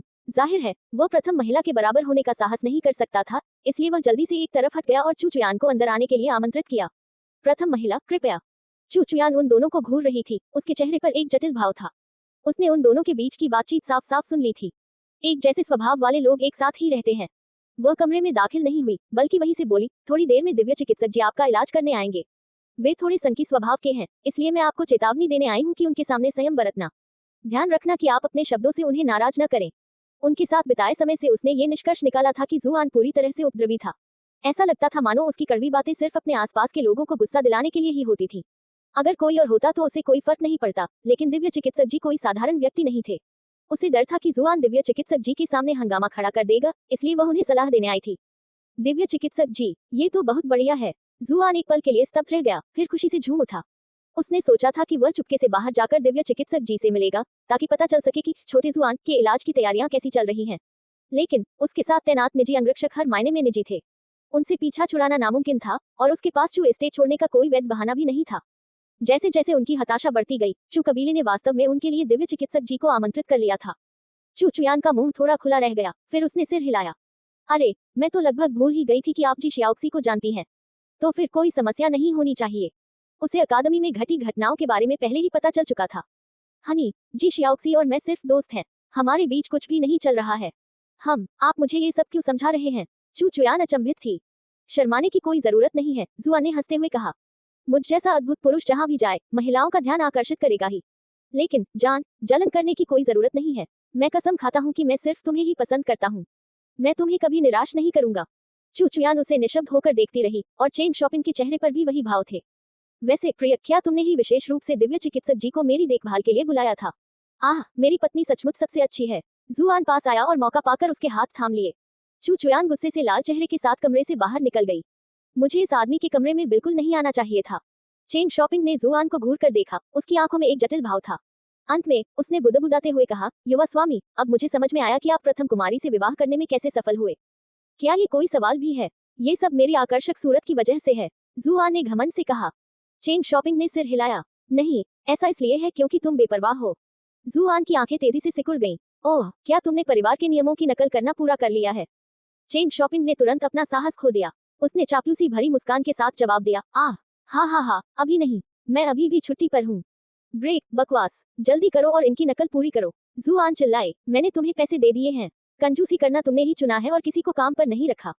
मैं अभी चलता हूँ, चेंग शॉपिंग ने जल्दी से जवाब दिया। युवा मालिक न केवल कठोर हृदय के हैं बल्कि संकीर्ण मानसिकता वाले भी हैं। मुझे उन्हें नाराज न करने का पूरा ध्यान रखना होगा। चेंग शॉपिंग के बड़बड़ाते हुए कमरे से बाहर निकलने के कुछ ही समय बाद बटलर होंग झोंग ने जी डेंटू को जुआन के कमरे में पहुंचा दिया। हे दिव्य चिकित्सक जी, कृपया इधर आइए। होंग झोंग का संयमी स्वभाव उनके पहनावे से स्पष्ट होता था। उनके बाल करीने से कंघी किए हुए थे, एक भी लट इधर उधर नहीं थी और उनके कपड़े बिल्कुल साफ थे। इन सब बातों से उनका व्यक्तित्व प्रभावशाली प्रतीत होता था। हालांकि फिलहाल वह विनम्रता और सम्मान के साथ व्यवहार कर रहा था। जुआन को चू चुयान की व्यक्तिगत यात्रा याद आ गई जिसमें उन्होंने उसे चेतावनी दी थी। देखने से तो ऐसा लग रहा था कि यह व्यभिचारी चिकित्सक वाकई में काफी बड़ा मामला था। होंग झोंग ने दोनों पुरुषों का आपस में परिचय कराना शुरू किया। युवा स्वामी, ये दिव्य चिकित्सक जी हैं। इनमें असाधारण चिकित्सा कौशल है, इसलिए कृपया इन्हें नाराज न करें। उन्होंने दिव्य चिकित्सक को प्रणाम किया। दिव्य चिकित्सक जी, ये हमारे चू वंश के युवा स्वामी जुआन हैं। कल रात एक 5वीं श्रेणी के साधक ने इन्हें गंभीर रूप से घायल कर दिया था। हमने कल रात हवेली में इनका इलाज कर दिया है, लेकिन एहतियात के तौर पर हम चाहते हैं कि आप एक बार फिर इनका निरीक्षण कर लें। ओह, दिव्य चिकित्सक जी का जवाब औपचारिक था। उन्होंने अपनी दाढ़ी सहलाई और घमंडी भाव दिखाया। हालांकि जब उनकी नजर बिस्तर पर लेटी जुआन पर पड़ी तो उनकी आंखें आश्चर्य से चौड़ी हो गई। होंग झोंग उसकी प्रतिक्रिया से चौंक गया और उसने जल्दी से पूछा, क्या हुआ दिव्य चिकित्सक जी? क्या यहाँ कोई समस्या है? दिव्य चिकित्सक जी ने आश्चर्य को छिपाने के लिए हल्की खांसी की और फिर जवाब दिया, मैं अभी उसकी जांच करने जा रहा हूँ और मुझे कुछ एकांत चाहिए। जी हाँ, आप अंदर आ जाए, हम बिल्कुल बाहर ही हैं, इसलिए अगर आपको हमारी जरूरत हो तो बेझिझक हमें बुला लीजिएगा। होंग झोंग जानता था कि दिव्य चिकित्सक जी मरीज का इलाज करते समय कई नियम रखते हैं, इसलिए उसने आगे कुछ नहीं पूछा। उसने हाथ हिलाकर कमरे में मौजूद बाकी नौकरों को जाने का इशारा किया। जब वे सब चले गए तो दिव्य चिकित्सक जी चलकर बिस्तर के पास बैठ गए। उन्होंने जुआन की जांघ पर हाथ मारा और कहा, बुरा नहीं, मुझे नहीं लगा था कि तुम 5वें दर्जे के साधक से बच निकलोगे। तुम तो वाकई आश्चर्यों का भंडार हो, है ना? उसका शारीरिक अभिवादन बिल्कुल भी सौम्य नहीं था और जुआन दर्द से कराह उठी। जुआन को दृढ़ निश्चय था कि दिव्य चिकित्सक जी ने ये जानबूझकर किया है। क्या मैंने उस समय आपकी बेटी से कुछ चांदी के सिक्के नहीं कमाए थे? क्या आपको वाकई इतना आगे जाने की जरूरत है? यह महज किस्मत थी। जब उसने देखा कि जागीर में विशेषज्ञ उसकी ओर दौड़ रहे हैं तो वह हड़बड़ी में भाग गई। मैं बाल बाल बचा, जुआन ने लगभग सच बोलते हुए कहा। वह किसी भी कीमत पर अपने तुरुप के पत्ते दूसरों को नहीं बताना चाहता था। दिव्य चिकित्सक जी ने सहमति में सिर हिलाया। डम चू आखिरकार 8वें दर्जे का साधक है। किसी भी हत्यारे का उससे डरना स्वाभाविक है। जिस तरह से दिव्य चिकित्सक जी ने चू झोंगटियन को मूर्ख चू कहकर संबोधित किया, उससे जुआन को संदेह हुआ कि शायद उन दोनों के बीच कोई अनबन थी। दिव्य चिकित्सक जी के उस घिनौने अनुरोध को देखते हुए क्या ऐसा हो सकता है कि उन्होंने अपने शुरुआती दिनों में किन्वानरू का पीछा किया हो और चू झोंगटियन ने उनसे पहले ही उसे पा लिया हो? ये सही नहीं है। अगर ऐसा होता तो चू परिवार उसे इलाज के लिए क्यों बुलाता? भूल जाए, उनके मन में जो भी द्वेष है उससे मेरा कोई लेना देना नहीं है। अभी जो महत्वपूर्ण है वह बस एक छोटी सी बात है। हे दिव्य चिकित्सक जी, क्या आपको अभी तक कोई इलाज मिला है? तुम खुद जाकर पता क्यों नहीं लगा लेते कि मैं कौन हूँ? भला मैं तुम्हारा इलाज कैसे नहीं कर सकता? दिव्य चिकित्सक जी ने उपहास उड़ाते हुए कहा। चिंता मत करो, मैं इसे यहाँ ले आया हूँ। जुआन ने दरवाजे से बाहर देखा और बटलर होंग और अन्य गार्डों को थोड़ी दूरी पर खड़े देखा। इतने सारे अजनबियों की मौजूदगी में इस बारे में बात करने में उसे थोड़ी झिझक हो रही थी। चिंता मत करो, दिव्य चिकित्सक जी ने उन्हें आश्वासन दिया, वे हमारी बातें सुन नहीं पाएंगे। अध्याय 76 क्षणभंगुर कमल। जुआन दंग रह गई। यह आदमी किस पद पर है? उसके बोलने के तरीके से तो वह बेहद ताकतवर लगता है। वह जरूर बहुत बलवान होगा। हालांकि इस समय छोटी जुआन से जुड़ा मामला ज्यादा महत्वपूर्ण था, इसलिए वह बिस्तर से उठा और अपनी अलमारी में तलाशी लेने लगा। कपड़ों के ढेर के नीचे से उसने एक रेशमी दुदू निकाला। ये वही दुदू था जो उसने कुछ दिन पहले स्नो के कमरे से उधार लिया था। स्नो द्वारा उसकी जान लेने के खुलेआम प्रयास के बाद उसे इस विकृत चिकित्सक को उसकी निजी संपत्ति देने में कोई संकोच नहीं हुआ। दिव्य चिकित्सक जी जुआन की बिस्तर से उठने की क्षमता देखकर आश्चर्यचकित रह गए। तुम्हारा शरीर वाकई असाधारण है। इतनी गंभीर चोट लगने के बावजूद तुम अभी भी अपने पैरों पर खड़े हो सकते हो। लगता है तुमने पूरे चू कबीले को चकमा दे दिया है। जुआन ने आंखें घुमाई। बिल्कुल, मेरे जीवन भर का आनंद इसी पर निर्भर करता है। इसके लिए मैं चलने में असमर्थ होने पर भी रेंगते हुए यहाँ आ जाता। लो, मुझे वो चीज मिल गई जो तुम चाहते थे। अब तुम मुझे कुछ खिला सकते हो, है ना? दिव्य चिकित्सक जी ने अनायास ही डदो स्वीकार कर लिया, लेकिन करीब से देखने पर अचानक उनकी भौहें तन गईं। ये किसका है? ये किन वानरू के हैं? जुआन जानता था कि दिव्य चिकित्सक जी मूर्ख नहीं थे। अगर वो ये कहते कि ये डदो शान लियो या क्यू हुनली नाम के किसी व्यक्ति का है तो क्यू हुनली जरूर उन पर शक करते।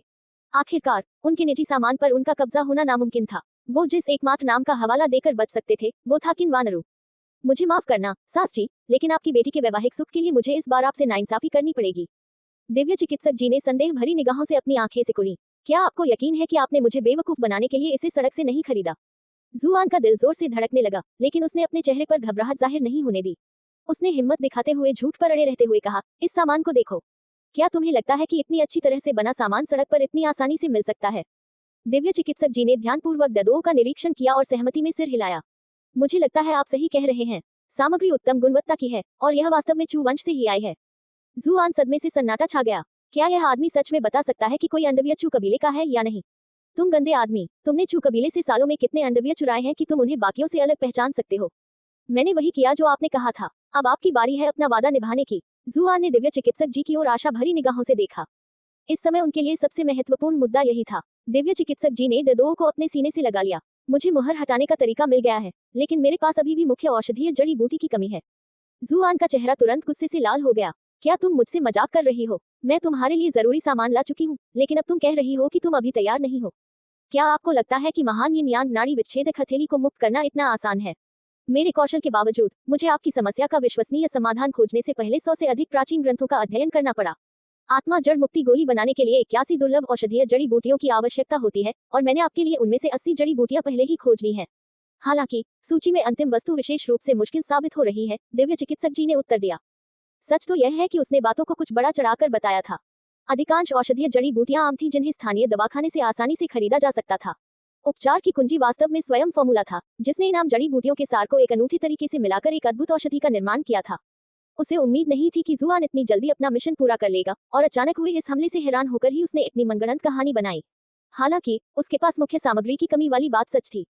स्पिरिट रूट अनसीलिंग पिल, नाम सुनते ही जुआन की पलकें फड़क उठी। वाह, इसका नाम तो वाकई सीधा साधा है ना?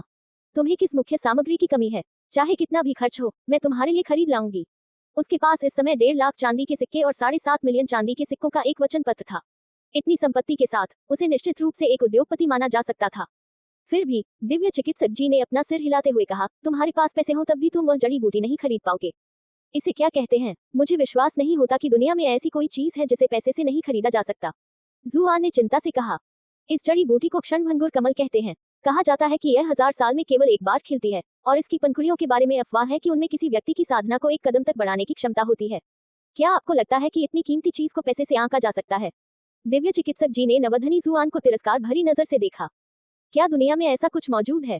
जुआन हैरान रह गया। ये समझ से परे है।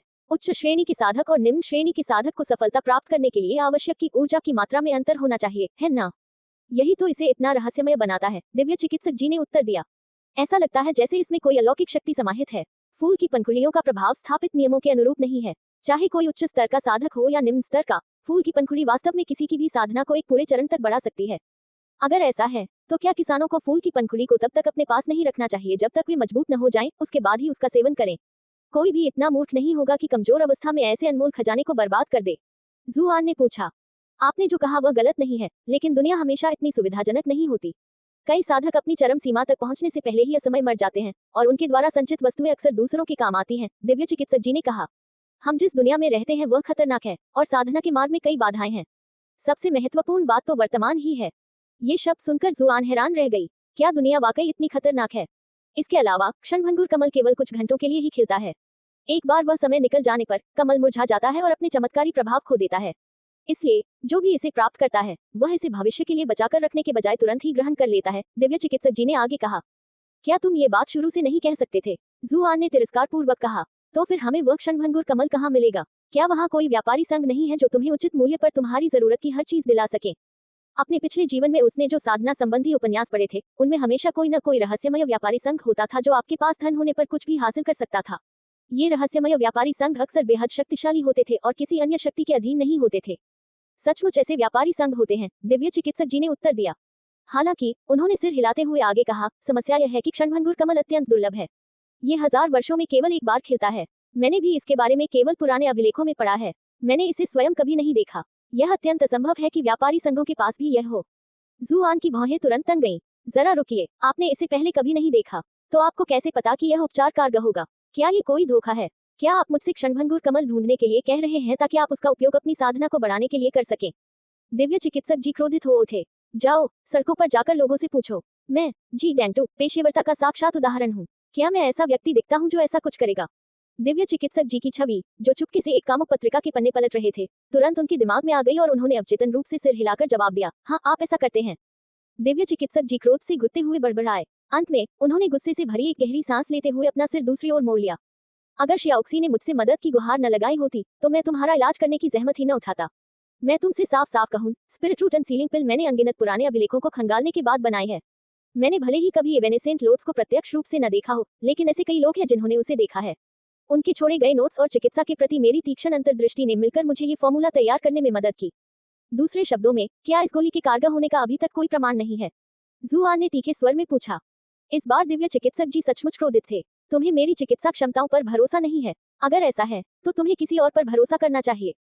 फिर वह मुड़ा और गुस्से में वहां से चला गया। जुआन ने आगे बढ़कर उसका हाथ पकड़ा और शर्मिंदा होकर माफी मांगी। ये तो बस एक मामूली सी बात थी। हे दिव्य चिकित्सक जी, मैं आप पर शक क्यों करूंगी? लीजिए, मैंने आपके लिए एक छोटा सा उपहार तैयार किया है। कृपया अपना गुस्सा शांत कीजिए। उसने चुपके से उस बुजुर्ग व्यक्ति को एक छोटी सी पुस्तिका दे दी। यह क्या है? दिव्य चिकित्सक जी ने पुस्तिका पर तिरस्कारपूर्ण दृष्टि डाली, अपनी उदासीनता को छिपाने की जहमत भी नहीं उठाए। जुआन ने उसे एक रहस्यमयी मुस्कान दी और हल्के से धक्का दिया। बस एक नजर डाल लो। जब से उसने दिव्य चिकित्सक जी को एक कामुक पत्रिका द्वारा खरीदे जाते देखा था, तब से उसने एहतियात के तौर पर अपना एक साथी तैयार कर रखा था। दिव्य चिकित्सक जी के करीब आने में कोई हर्ज नहीं था, खासकर तब जब छोटी जुआन के इलाज के लिए उनकी विशेषज्ञता की आवश्यकता थी। दिव्य चिकित्सक जी ने उदासीनता से पुस्तिका खोली और पहले पृष्ठ पर ये शब्द लिखे हुए पाए गए, हर किसी की अपनी अपनी विपत्तियां होती हैं। ये बिल्कुल नीरस लग रहा था, लेकिन जैसे जैसे वह पढ़ता गया, उसकी सांसें तेज होने लगी। उसने झट से पुस्तिका को अपने वस्त्रों में रख लिया। सुबह सुबह इस तरह की अच्छी सामग्री पढ़ना समय की बर्बादी है। मैं इसे आराम से रात में पढ़ूंगा। तुम तो बड़े ही प्रतिभाशाली हो, बालक। दिव्य चिकित्सक जी ने जुआन के कंधों पर थपथपाते हुए सहमति में सिर हिलाया। जुआन ने राहत की सांस ली और मन ही मन खुशी से मुस्कुराई। तुम बस इतना देखकर ही प्रभावित हो गए? हाँ, मेरे दिमाग में अभी जो विशाल संग्रह है, उसे देखकर तुम दंग रह जाओगे। इस दुनिया में लोगों को अच्छे मनोरंजन की बहुत कमी है। तुम्हें इतना बढ़िया सामान कहाँ से मिला? दिव्य चिकित्सक जी ने रहस्यमय ढंग से पूछा। मैंने यह बात एक घुमंतु भिक्षु से सुनी थी। जुआन ने इसका श्रेय लेने की हिम्मत नहीं की। अगर कभी यह बात फैल जाती कि उसने ऐसी बातें लिखी हैं, तो उसे सार्वजनिक रूप से अपना चेहरा छुपाना पड़ता। वह भिक्षु सचमुच? दिव्य चिकित्सक जी ने विस्मय से सिर हिलाया। लगता है भिक्षुओं का ध्यान में बिताया समय व्यर्थ नहीं गया। मैंने उन्हें कम आंका था। एक पल के लिए तो मुझे लगा कि ये कहानी तुमने ही लिखी है। अगर तुम अपने उपकरण खराब होने के बावजूद इतनी रोमांचक कहानी लिख पाते तो मैं सचमुच बहुत प्रभावित होता। जुआन का चेहरा गुस्से से लाल हो गया। अगर मुझे अभी भी अपनी बीमारी के इलाज के लिए तुम्हारी जरूरत न होती, तो मैं तुम्हारे इस दयनीय शरीर से क्रोध का हर एक बिंदु निचोड़ लेता। अगर क्षणभंगुर कमल सचमुच उतना ही दुर्लभ है जितना आप कहते हैं, तो क्या इसका मतलब यह नहीं होगा कि मेरा मामला निराशाजनक है? जुआन का दिल निराशा की खाई में डूब गया। इतना उदास होने की जरूरत नहीं है। चूंकि आपने मुझे कुछ अच्छा सुझाव दिया है, तो मैं आपको एक सुराग देता हूँ। जी डेंटू ने अपनी दाढ़ी को आराम से सहलाते हुए एक विशेषज्ञ की तरह हाव भाव दिखाया। जी हाँ, अगर आप मुझे कुछ मार्गदर्शन दे सके तो मैं आपका बहुत आभारी रहूंगा। जुआन को अपना यह अधीन रवैया लगभग बर्दाश्त नहीं हो रहा था। मैंने हाल ही में सुना है कि उसे कालकोठरी में क्षणभंगुर कमल का एक डंठल मिला है। आप उसे प्राप्त कर पाएंगे या नहीं, यह आपकी क्षमता पर निर्भर करेगा, जी डेंटू ने उत्तर दिया। उर्से कालकोठरी? जुआन अचंभित रह गया। उसे बिल्कुल भी पता नहीं था कि यह क्या है। जी डेंटू ने भौहें चढ़ाते हुए कहा, क्या तुम ब्राइटन मून अकादमी से नहीं हो? तुम्हें इसके बारे में क्यों नहीं पता? क्या ब्राइटन मून अकादमी से होने के कारण मुझे सब कुछ पता होना चाहिए? मैंने तो वहां केवल 2 दिन पहले ही दाखिला लिया है, जुआन ने गुस्से से जवाब दिया। जी डेंटू ने स्वीकार किया कि जुआन की बात तर्कसंगत थी। जैसा कि आप कल्पना कर सकते हैं, दुनिया में कई शक्तिशाली साधक हैं। समय के साथ उन्होंने नए क्षेत्रों पर विजय प्राप्त की है और मानव क्षेत्रों का विस्तार किया है। हालांकि दुनिया विशाल है और अभी भी कई रहस्य हैं जिन्हें हमें उजागर करना बाकी है। हर प्रांत में कालकोठरी पाई जाती हैं। ये कालकोठरी कहाँ से आई, यह कोई नहीं जानता, लेकिन इनके अस्तित्व के प्रमाण सबसे पुराने मानव अभिलेखों में मिलते हैं। ऐसा लगता है मानो ये संसार की रचना के समय से ही मौजूद हैं। बोलते समय जी डेंटू की आंखों में आशा भरी नजर थी। ऐसी अफवाह है कि ये कालकोठरियां प्राचीन देवताओं द्वारा निर्मित छोटी दुनियाएं हैं। इनमें से कुछ छोटी दुनियाएं बिल्कुल हमारी दुनिया जैसी दिखती हैं। हालांकि कुछ ऐसी भी हैं जो खतरों से भरी हैं, लेकिन उनमें संभावित पुरस्कार भी छिपे हैं। जुआन ने सिर हिलाया। असल में ये गेम में मौजूद कालकोठरियों की तरह ही है ना? समय के साथ इनमें से अधिकांश कालकोठरी शाही दरबार के नियंत्रण में आ गईं, और अब दरबार इनका उपयोग वफादार साधकों के नए बैचों को प्रशिक्षित करने के लिए करता है। दूसरे शब्दों में, केवल आधिकारिक साधक अकादमियों के छात्रों को ही इन कालकोठरियों में प्रवेश करने का अधिकार है, जी डेंटू ने निष्कर्ष निकाला। अध्याय 77, कालकोठरियों में प्रवेश करने का अधिकार। क्या आप सच कह रहे हैं? क्या शाही दरबार वास्तव में इतना प्रभावशाली है? जुआन ने हैरानी से कहा। उन्हें अब तक शाही दरबार की शक्ति का कोई अंदाजा नहीं था, लेकिन दिव्य चिकित्सक जी ने उन्हें इस बात का कुछ अंदाजा दे दिया था कि महान झू राजवंश कितना शक्तिशाली था। उसके वर्णन से ऐसा प्रतीत होता था कि कालकोठरी ऐसी जगहें थी जहां संयोगवश कई अवसर और खजाने मिल जाते थे, और ये साधकों के लिए अपनी शक्ति को काफी हद तक बढ़ाने के लिए आदर्श स्थान थे। फिर भी शाही दरबार इन अमूल्य संसाधनों पर एकाधिकार करने में सफल रहा था। इस तरह के दमनकारी कदम का निश्चित रूप से अलग अलग संप्रदायों और गैर संबद्ध साधकों द्वारा कड़ा विरोध किया जाता, जो इस निर्णय का पुरजोर विरोध करते। फिर भी राज दरबार अपना नियंत्रण बनाए रखने में कामयाब रहा, और बाकी सभी को इसे स्वीकार करने के लिए विवश होना पड़ा। या तो आप शाही दरबार के सामने आत्मसमर्पण करके अकादमी में शामिल हो जाएं, या फिर इन तहखानों में छिपे खजानों को देखने के अपने सपने को त्याग दें। आपको क्या लगता है कि दुनिया के अधिकांश विशेषज्ञों ने शाही दरबार में भूमिका निभाने का फैसला क्यों किया? जी डेंटू ने हंसते हुए जवाब दिया। एक पल रुकिए, जुआन ने अचानक जी डेंटू के तर्क में एक खामी देखी। अब तक आपने जो कहा है, उसके आधार पर ये कालकोठरी बहुत लंबे समय से अस्तित्व में है। यदि साधना करने वाले लोग समय की शुरुआत से ही कालकोठरी में आते रहे हैं, तो निश्चित रूप से अब तक उनके संसाधन समाप्त हो गए होते। जी डेंटू ने सिर हिलाया। तुम इन कालकोठरियों के आकार को कम आंक रहे हो। ये कालकोठरियां स्वतंत्र दुनिया हैं जिनके अपने नियम हैं, और उनमें से कई का आकार हमारी दुनिया के बराबर है। उनके अपने पारिस्थितिकी तंत्र होते हैं, इसलिए कालकोठरियों में मौजूद कई वस्तुएं समय के साथ फिर से उग जाती हैं। ये कुछ वैसा ही है जैसे सेब के पेड़ से एक सेब तोड़ने से वह फल देना बंद नहीं कर देता। लेकिन अगर किसान संसाधनों का दुरुपयोग करते हैं, तो वे अंततः खत्म हो जाएंगे, जुआन ने कहा। यदि कालकोठरी उसके नियंत्रण में होती, तो वह अपने लाभ के लिए उसके सभी संसाधनों का भरपूर उपयोग करता। निस्संदेह, उससे पहले भी अन्य साधकों ने ऐसे विचार रखे होंगे। जैसा कि मैंने कहा, ये कालकोठरियां अपने आप में पूरी दुनिया हैं। कभी कभी इनके प्रवेश द्वार कालकोठरियों के भीतर अलग अलग जगहों पर ले जाते हैं, जिनका लेआउट बिल्कुल अलग होता है। आज तक इन कालकोठरियों का बहुत छोटा सा हिस्सा ही खोजा जा सका है। इनके संसाधनों को पूरी तरह से खोजना असंभव है। जी डेंटू ने आंखें घुमाई। इसके अलावा कालकोठरियां हमेशा खुली नहीं रहती। इनमें से ज्यादातर कुछ सालों में एक बार ही खुलती हैं, और कुछ दिनों से लेकर कुछ महीनों तक ही खुली रहती हैं। जुआन को धीरे धीरे स्थिति स्पष्ट होने लगी। तो आप चाहते हैं कि मैं उसे कालकोठरी में जाकर क्षणभंगुर कमल की खोज करूं? आपकी बातों से तो ऐसा लगता है कि क्षणभंगुर कमल एक बेहद मूल्यवान संसाधन है जिस पर कई विशेषज्ञों की नजर है। भला मुझ जैसा कोई व्यक्ति उन विशेषज्ञों की नजरों से बचकर इसे कैसे चुरा सकता है? जी डेंटू ने अधीरता से हाथ हिलाते हुए कहा, तुम सचमुच अज्ञानी हो। कालकोठरी में सबसे बलवान व्यक्ति को ही संयोगवश कोई वस्तु नहीं मिलती, बल्कि उसे मिलती है जिसका भाग्य साथ देता है। अगर तुम्हारा भाग्य साथ दे, तो वह वस्तु तुम्हारे सामने स्वतः ही प्रकट हो जाएगी। कुछ शक्तिशाली लोग ऐसे भी होते हैं जिनका भाग्य साथ नहीं देता, इसलिए वे ऐसे कई अवसरों से वंचित रह जाते हैं। हालांकि अधिकांश विशेषज्ञों का भाग्य अच्छा होता है, अन्यथा वे उस शक्ति को प्राप्त नहीं कर पाते जिसका वे दावा करते हैं। जुआन का चेहरा भावहीन हो गया। अगर उसे यह पहले पता होता, तो वह कैसीनो में अपनी भाग्य की गोली का इस्तेमाल कभी नहीं करता। पछतावे के बोझ से उसका दिल बैठ गया। जी डेंटू ने उसके चेहरे के भाव को कमल प्राप्त करने की चिंता समझा और उसे दिलासा देने की कोशिश की। चिंता मत करो, मैं समझ सकता हूँ कि तुम बड़े भाग्यशाली हो।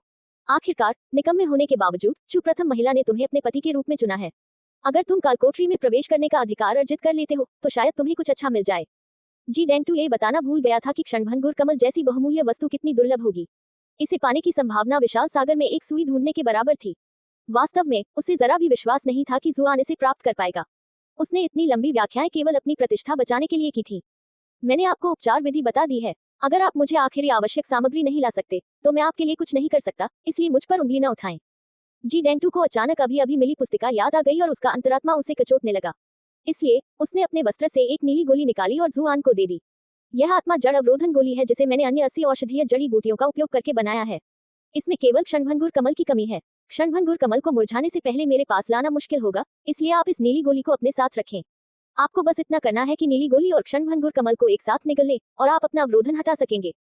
जुआन ने नीली गोली सावधानीपूर्वक स्वीकार की, लेकिन फिर भी जी डेंटू को संदेह भरी नजरों से देखा। मुझे दवाइयों के बारे में ज्यादा जानकारी नहीं है, लेकिन क्या आप मुझसे मजाक तो नहीं कर रहे हैं? क्या इसे ठीक से काम करने के लिए सभी सामग्रियों को एक बर्तन में मिलाकर नहीं बनाना चाहिए? क्या सच में ये दोनों गोलियां एक साथ खाने से असर करेगी? क्या तुम्हें मेरी चिकित्सक क्षमता पर शक है? जी डेंटू ने जुआन को घूरते हुए कहा। तुम मुझे क्या समझते हो? मुझे उन नाकाबिल चिकित्सकों के बराबर मत समझो। क्षणभंगुर कमल जैसी औषधीय जड़ी बूटियों को परिष्कृत नहीं करना चाहिए। ऐसा करने से तो इसके औषधीय गुण व्यर्थ ही नष्ट हो जाएंगे। जुआन अपने संदेह को दूर नहीं कर सका। क्या यह संभव है कि क्षणभंगुर कमल ही मेरी मुहर को हटाने के लिए पर्याप्त है, और आपकी तथाकथित मुहर लगाने वाली गोली केवल दिखावा है? जुआन की बातों से जी डेंटू को बहुत बुरा लगा। उसने नीली गोली वापस लेने के लिए हाथ बढ़ाया और बोला, अगर तुम्हें यह नहीं चाहिए, तो मुझे वापस दे दो।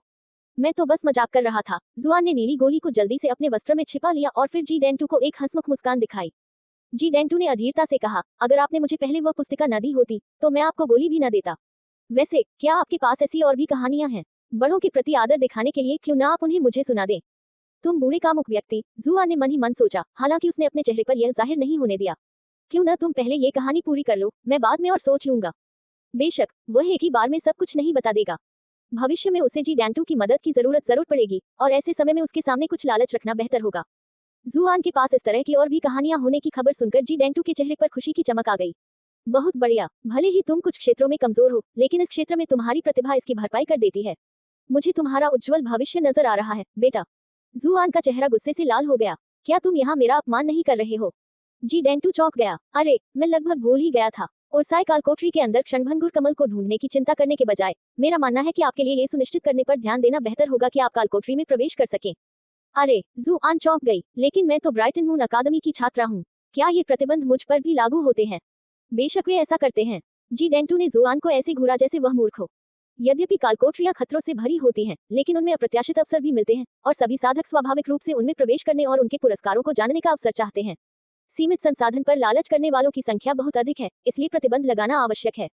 प्रांतीय कालकोठरी पर आमतौर पर उसके निकटतम अकादमी का नियंत्रण होता है, लेकिन जैसा कि आप जानते हैं, एक प्रांत में कई अकादमियां होती हैं। ये अकादमियां आमतौर पर कालकोठरी खुलने से पहले अपने छात्रों को भेज देती हैं। सीमित संख्या में ही स्थान उपलब्ध होते हैं, इसलिए निष्पक्षता के लिए ये तय करने के लिए एक चयन प्रतियोगिता आयोजित की जाती है कि किसे प्रवेश दिया जाएगा। जुआन का गुस्सा फूट पड़ा। क्या तुम मुझे मूर्ख समझते हो? एक चयन प्रतियोगिता, भला मैं उसमें कैसे जीत सकता हूँ? उसने गुप्त रूप से अपनी साधना को अब तक तीसरे स्तर तक पहुंचा दिया था, लेकिन वह भली भांति जानता था कि ब्राइटन मून अकादमी में चौथे और पांचवें स्तर के कई साधक मौजूद हैं। इसके अलावा प्रांत की अन्य अकादमियों के छात्र भी चयन प्रतियोगिता में भाग लेंगे। जब तक वह अपने सारे तुरुप के पत्ते नहीं खोल देता, उसके जीतने की कोई संभावना नहीं थी। बेशक वह अपने सारे तुरुप के पत्ते कभी उजागर नहीं करेगा। ऐसा करने से उसकी तकनीकें उसके दुश्मनों के सामने आ जाएंगी। इसके अलावा जी डेंटू को ये जानकारी नहीं थी कि जुआन साधना करने में सक्षम है। उसने उसे क्षणभंगुर कमल के बारे में बताया था, ये जानते हुए भी कि यह एक निंदनीय प्रयास था। शांत हो जाओ, शांत हो जाओ, जी डेंटू ने शर्मिंदा होकर कहा। भले ही यह शायद तुम्हारे लिए असंभव हो, लेकिन तुम्हारी पत्नी काबिल है। चू प्रथम महिला युवा पीढ़ी की सबसे उत्कृष्ट साधिकाओं में से एक मानी जाती है। इसमें कोई शक नहीं कि वह कालकोठरी में प्रवेश कर सकती है। इसलिए तुम उससे क्षणभंगुर कमल को तुम्हारे लिए ढूंढने को कह सकते हो। जुआन के चेहरे पर काली धारियां एक दूसरे को काटती हुई दिखाई दे रही थी। जैसा कि आपने कहा, क्षणभंगुर कमल एक अविश्वसनीय खजाना है और इसकी एक पंखुड़ी भी साधना को एक कदम तक बढ़ा सकती है।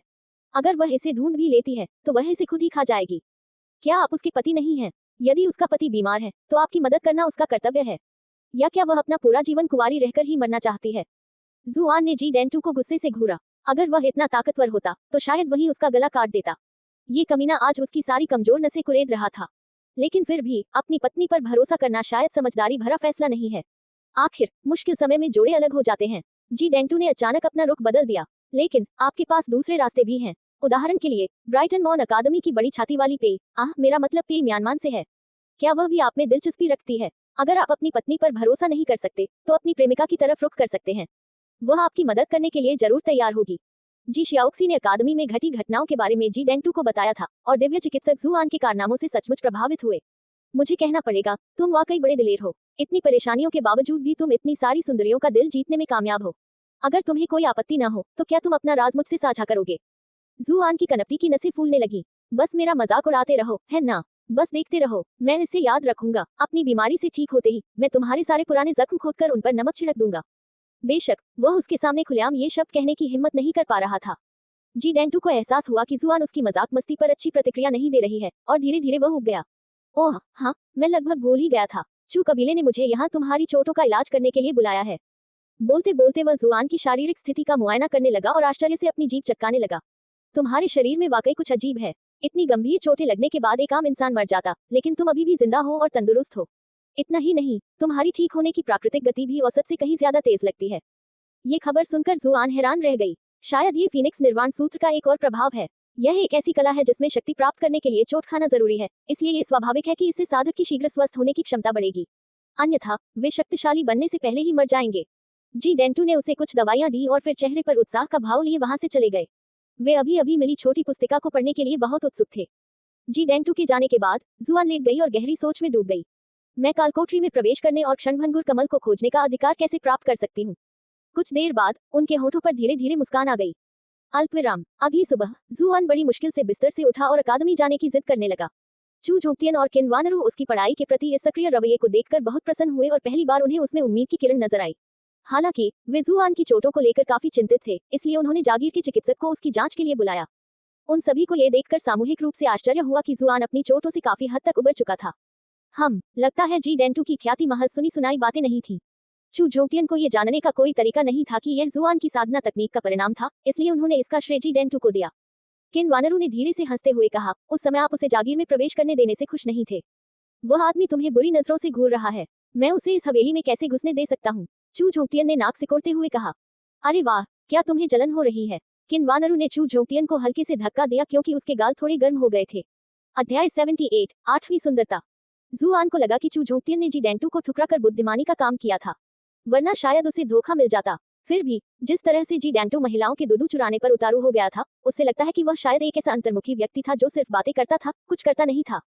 चून की जुआन ठीक लग रहा था, इसलिए चू झोंगटियन और किन्वानरू के पास उसे अकादमी जाने से रोकने का कोई कारण नहीं था। हालांकि उन्होंने फिर भी उसकी सुरक्षा के लिए कुछ अंगरक्षकों की व्यवस्था की थी। जुआन फिल्मों के उन बेवकूफों की तरह नहीं बनना चाहता था जो अपने अंगरक्षकों से बचने की बेताब कोशिश करते हैं और बाद में सचमुच खतरे में पड़ जाते हैं। इस समय तो उसकी बस यही इच्छा थी कि चू परिवार उसे और भी ज्यादा सुरक्षा दे दे। पता नहीं कब स्नो या मे चाओफेन किसी गली से निकलकर उसकी जान लेने की कोशिश कर दे। जहां एक और जुआन सतर्क बना रहा, वहीं चू हुआनझाओ हंसमुख लग रही थी। वह एक खुशमिजाज इंसान थी जो शायद ही कभी किसी बात को लंबे समय तक अपने ऊपर हावी होने देती थी। जीजा जी, जल्दी बताएं कि आपने उस दिन सिल्वर हुक कसिनो से इतना पैसा कैसे कमा लिया। मेरी माँ मुझे आपके कुछ भी बताने से पहले ही खींच कर ले गई। चू हुआनझाओ की आंखें जिज्ञासा से चमक रही थीं। क्या चू वंश में जुआ खेलना सख्त मना नहीं है? जुआन ने पूछा। क्या तुम्हें डर नहीं लगता कि ऐसी बातें पूछने पर तुम्हारी माँ तुम्हें सजा देगी? मैं तो बस पूछ रहा हूँ, ऐसा तो है नहीं कि मैं जुआ खेलने जा रहा हूँ। वैसे भी मेरी माँ को मेरी इतनी परवाह नहीं है। चू हुआनझाओ ने जुआन का हाथ पकड़कर हिलाना शुरू कर दिया। जीजा जी, बस बता दीजिए, ठीक है, प्लीज। जुआन का दिल जोर से धड़कने लगा जब उसने अपनी बाह पर उसके कोमल हाथों का स्पर्श महसूस किया। इस लड़की को विपरीत लिंग के लोगों के बीच उचित दूरी का कोई ज्ञान क्यों नहीं है? ये ठीक नहीं है, मुझे इसे ठीक से समझाना होगा ताकि भविष्य में कोई बदतमीज लड़का इसका फायदा न उठा सके। सच कहूं तो पिछली रात कैसीनो में उसने जो हासिल किया था, उस पर उसे बहुत गर्व था, और इतनी बड़ी कहानी को अपने तक ही रखना वाकई बेकार था। उसने एक बेबसी भरी आह भरी, मानो वह चू हुआनझाओ की विनतियों के आगे झुक रहा हो, और फिर अंत में उसने उन रोमांचक घटनाओं का ब्यौरा सुनाया जिनके कारण उसे जुए का भगवान घोषित किया गया था। जी डेंटू की उस पुस्तिका पर प्रतिक्रिया से, जिसे उसने तैयार किया था, उसे पता चला कि यद्यपि इस दुनिया के लोग शक्तिशाली थे, फिर भी यहाँ मनोरंजन के साधन न के बराबर थे। यह उसके पिछले जीवन जैसा नहीं था, जहाँ टीवी नाटक और फिल्में आसानी से उपलब्ध थीं। जुआन की मनमोहक कहानी ने चू हुआनझाओ का ध्यान शुरू से अंत तक पूरी तरह से बांधे रखा। यहाँ तक कि चू कबीले के रक्षक भी उनकी कहानी सुनाने की क्षमता से प्रभावित होकर उन्हें सम्मान की दृष्टि से देखते थे। अगर भविष्य में उसे चू कबीले से निकाल भी दिया जाता है, तब भी वह पुल पर कहानियां सुनाकर अपना जीवन यापन कर सकेगा। कहानी खत्म होते ही चू हुआनझाओ ने गहरी सांस ली। कितनी अफसोस की बात है कि मैं इसे अपनी आंखों से नहीं देख पाई। उसकी आवाज में अफसोस था। जीजा जी, अगर आप भविष्य में ऐसी कोई रोमांचक योजना बना रहे हैं, तो मुझे भी साथ जरूर ले जाना, ठीक है? जुआन ने सहमति में सिर हिलाया। ठीक है, ठीक है। हालांकि चू हुआनझाओ पहली मुलाकात के समय बहुत उग्र थी, लेकिन ऐसा लग रहा था कि वह बहुत जल्दी उसके प्रति नर्म पड़ गई थी। तो चलो वादा पक्का करने के लिए अपनी छोटी उंगली को आपस में फंसा लेते हैं। जुआन के उसे पीछे छोड़ जाने के डर से उसने अपनी छोटी उंगली आगे बढ़ा दी। उसकी लंबी पतली उंगलियों ने जुआन के इस विश्वास को और पुख्ता कर दिया कि वह सचमुच एक उभरती हुई सुंदरता थी। अफसोस की बात यह थी कि उसके अंदर एक लापरवाह लड़के की आत्मा बसी हुई थी। इतना अच्छा चेहरा और शरीर बर्बाद हो गया। ठीक है, कोई विकल्प न होने पर जुआन ने अपना हाथ आगे बढ़ाया और उसकी छोटी उंगलियों को अपनी उंगलियों से मिला लिया। ये प्रतिज्ञा की मुहर 100 साल तक कायम रहेगी। प्रसन्न होकर चू हुआनझाओ की आंखें सुंदर अर्धचंद्राकार आकार में मुड़ गईं। चू कबीले के पहरेदार अचंभित थे। इस निकम्मे दामाद में ऐसी क्या खास बात है? चू परिवार की पहली मालकिन ने ही उसे अपना पति नहीं चुना, बल्कि चू परिवार की दूसरी मालकिन भी उससे काफी करीबी रिश्ता रखती नजर आ रही हैं। क्या मुझे इस बारे में उनसे सलाह लेने का अवसर ढूंढना चाहिए? हालांकि हमारे लिए उन युवतियों के करीब जाना असंभव है, फिर भी उस जागीर में कई खूबसूरत नौकरानियां मौजूद हैं। कुछ दूरी पर केवल चेन शॉपिंग बेजान खड़ा था। स्नो, मेरी प्यारी स्नो, तुम्हें जासूस क्यों बनना पड़ा? मेरा दुख नदी की उग्र लहरों जैसा है। मुझे डर है कि मेरा जीवन प्रेमहीन ही रहेगा। अचानक हुई हलचल से समूह चौंक गया। एक तरफ हट जाओ, एक तरफ हट जाओ। घोड़ा बेकाबू होकर दौड़ रहा है। उन्होंने पीछे मुड़कर देखा तो एक घोड़ागाड़ी तेजी से सड़क पर उनकी ओर आ रही थी। घोड़ागाड़ी के मुखिया ने पूरी ताकत से लगाम खींची, लेकिन घोड़े बेकाबू हो गए थे और उन पर काबू पाना उनके बस से बाहर था। युवा स्वामी, सावधान रहें। चू कबीले के रक्षकों ने तुरंत जुआन और चू हुआनझाओ के चारों ओर घेरा बना लिया ताकि उन्हें आने वाले खतरे से बचाया जा सके। चेन शॉपिंग तेजी से उस घेरे में घुस गया और उन दोनों के पीछे छिप गया। जैसे ही गाड़ी समूह से टकराने वाली थी, एक रक्षक तेजी से आगे बढ़ा और घोड़े के बगल में लगी लगाम को पकड़ लिया। उसकी बाह की मांसपेशियां फूल गईं और उसने बलपूर्वक दोनों बेकाबू घोड़ों को रोक दिया। गार्ड की बहादुरी से प्रभावित होकर आसपास मौजूद भीड़ तालियां बजाने लगी। आइया, एक चौंकी हुई महिला की चीख सुनाई दी और कोई गाड़ी से बाहर गिर पड़ा। अचानक रुकने से अंदर बैठा व्यक्ति आगे की ओर झुककर बाहर गिर गया था। सब कुछ इतनी जल्दी हुआ कि चू कबीले के रक्षकों को प्रतिक्रिया करने का समय ही नहीं मिला। वह व्यक्ति लड़खड़ाते हुए उनके पास से गुजरा और सीधे जुआन से टकरा गया। अचंभित होकर जुआन ने अनजाने में उस व्यक्ति को पकड़ने के लिए हाथ बढ़ाया। जोरदार टक्कर से वह कुछ कदम पीछे लड़खड़ा गया। चू हुआनझाओ ने तुरंत हाथ बढ़ाकर उसे सहारा दिया और उसे बुरी तरह गिरने से बचा लिया। युवा स्वामी, आपकी सहायता के लिए धन्यवाद। उनके आलिंगन में से एक थोड़ी भयभीत आवाज आई। आवाज मोतियों की मधुर झनकार की तरह बेहद कोमल और मधुर थी। जुआन ने अपना सिर झुकाया और देखा कि एक सुंदर स्त्री उसकी बाहों में लेटी हुई है। उसके गोरे गालों पर हल्की लाली थी और उसकी आंखें चमक रही थी। उसकी पोशाक बहते पानी और उड़ते बादलों की कड़ाई से सजी थी और उत्तम धागों से बुनी गई थी। एक नजर में ही पता चल जाता था कि वह एक धनी परिवार से है। उसकी भव्य पोशाक किसी भी तरह से भद्दी नहीं थी और उसके शालीन और गरिमा में व्यवहार ने उसकी सुंदरता को और भी बढ़ा दिया था। उसे देखने वाले हर व्यक्ति के मन में उसके प्रति केवल सद्भावना ही भाव उत्पन्न हुए। जुआन के बगल में खड़े चेंग शॉपिंग ने आखिरकार उसके रूप को ध्यान से देखा और जैसे उसे बिजली का झटका लगा हो, वह कांप उठा। ये तो बुरा है, ये तो बुरा है। दुनिया में इतनी खूबसूरत औरत कैसे हो सकती है? मैं अब और खुद को रोक नहीं सकता। मुझे लगता है कि मुझे उससे प्यार हो गया है। झेंग डैन, तुम आखिर कर क्या रहे हो? चू हुआन झाओ ने गुस्से में पूछा। झेंग दान, जुआन को ये नाम जाना पहचाना लगा। अगर उसे वेई सुओ द्वारा ब्राइटन मून अकादमी की स्वीट हार्ट रैंकिंग के बारे में दी गई जानकारी सही याद थी, तो झेंग डैन 8वें स्थान पर थी। इसमें कोई आश्चर्य नहीं कि चू हुआन झाओ ने उसे पहचान लिया, क्योंकि वे दोनों एक ही अकादमी में पढ़ते थे। अगर जुआन यह न माने कि झेंग डैन बेहद खूबसूरत थी, तो वह झूठ बोल रहा होगा। उसे करीब से देखने पर उसकी लहराती भौहें, मोहक आंखें और आकर्षक लाल होंठ सब मिलकर उसे कामुकता से अपनी ओर खींच रहे थे। जुआन सोच रहा था कि स्वीट हार्ट रैंकिंग का निर्माता कौन है। अब तक उसने जितनी भी महिलाओं को स्वीट हार्ट रैंकिंग के शीर्ष 10 में देखा था, वे सभी वास्तव में बेहद खूबसूरत थीं और अपनी प्रसिद्धि के योग्य थीं। अरे, तुम दोनों कब तक उसे पकड़े रहोगे? चू हुआन झाओ ने अधीरता से पूछा। वह इस बात से चिढ़ गई थी कि वे दोनों अब भी एक दूसरे को प्यार से घूर रहे थे। उसकी टिप्पणी सुनकर जुआन आखिरकार अपने होश में आया और महिला को नीचे उतारा। छोटी मालकिन, क्या आप ठीक हैं? उसका शरीर सचमुच बहुत कोमल है। ऐसा लगता है मानो उसमें हड्डियां हैं ही नहीं। मुझे बचाने के लिए धन्यवाद। महिला ने जल्दी से अपने थोड़े बिखरे हुए बालों को ठीक किया और फिर जुआन की ओर मुस्कुराते हुए कहा। चेंग शॉपिंग को बहुत पछतावा हो रहा था। उसे पहले ही आगे बढ़ जाना चाहिए था। इससे न केवल वह युवा स्वामी और चू की दूसरी पत्नी के प्रति अपनी वफादारी साबित कर पाता, बल्कि उसे एक बेहद खूबसूरत लड़की को अपनी बाहों में लेने का मौका भी मिल जाता। अगर मैंने तुम दोनों को सहारा न दिया होता तो तुम जमीन पर गिर जाते। मुझे धन्यवाद क्यों नहीं दे रहे? चू हुआन झाओ ने तीखे स्वर में कहा। झेंग डैन ने चू हुआन झाओ को थोड़ा झुककर प्रणाम किया और मुस्कुराते हुए कहा, मैं चू द्वितीय सुश्री का भी आभारी हूँ। मुझे तुम्हारी आवाज में जरा भी ईमानदारी नहीं सुनाई दे रही। चू हुआन झाओ ने अपनी बाहें मोड़ ली और ज़ेग डैन की ओर मुंह फेर लिया, मानो उसकी बात को अनसुना कर रही हो। चू हुआन झाओ के असभ्य व्यवहार के बावजूद झेंग डैन ने अपना संयम बनाए रखा। उसने जुआन की ओर मुड़कर कहा, हमारे घोड़े थोड़ी देर पहले किसी चीज से डर गए थे, लेकिन शुक्र है कि जब मैं गिरने वाली थी तो आपने मुझे पकड़ लिया। अगर मैं जमीन पर गिर जाती तो परिणाम बहुत गंभीर होते।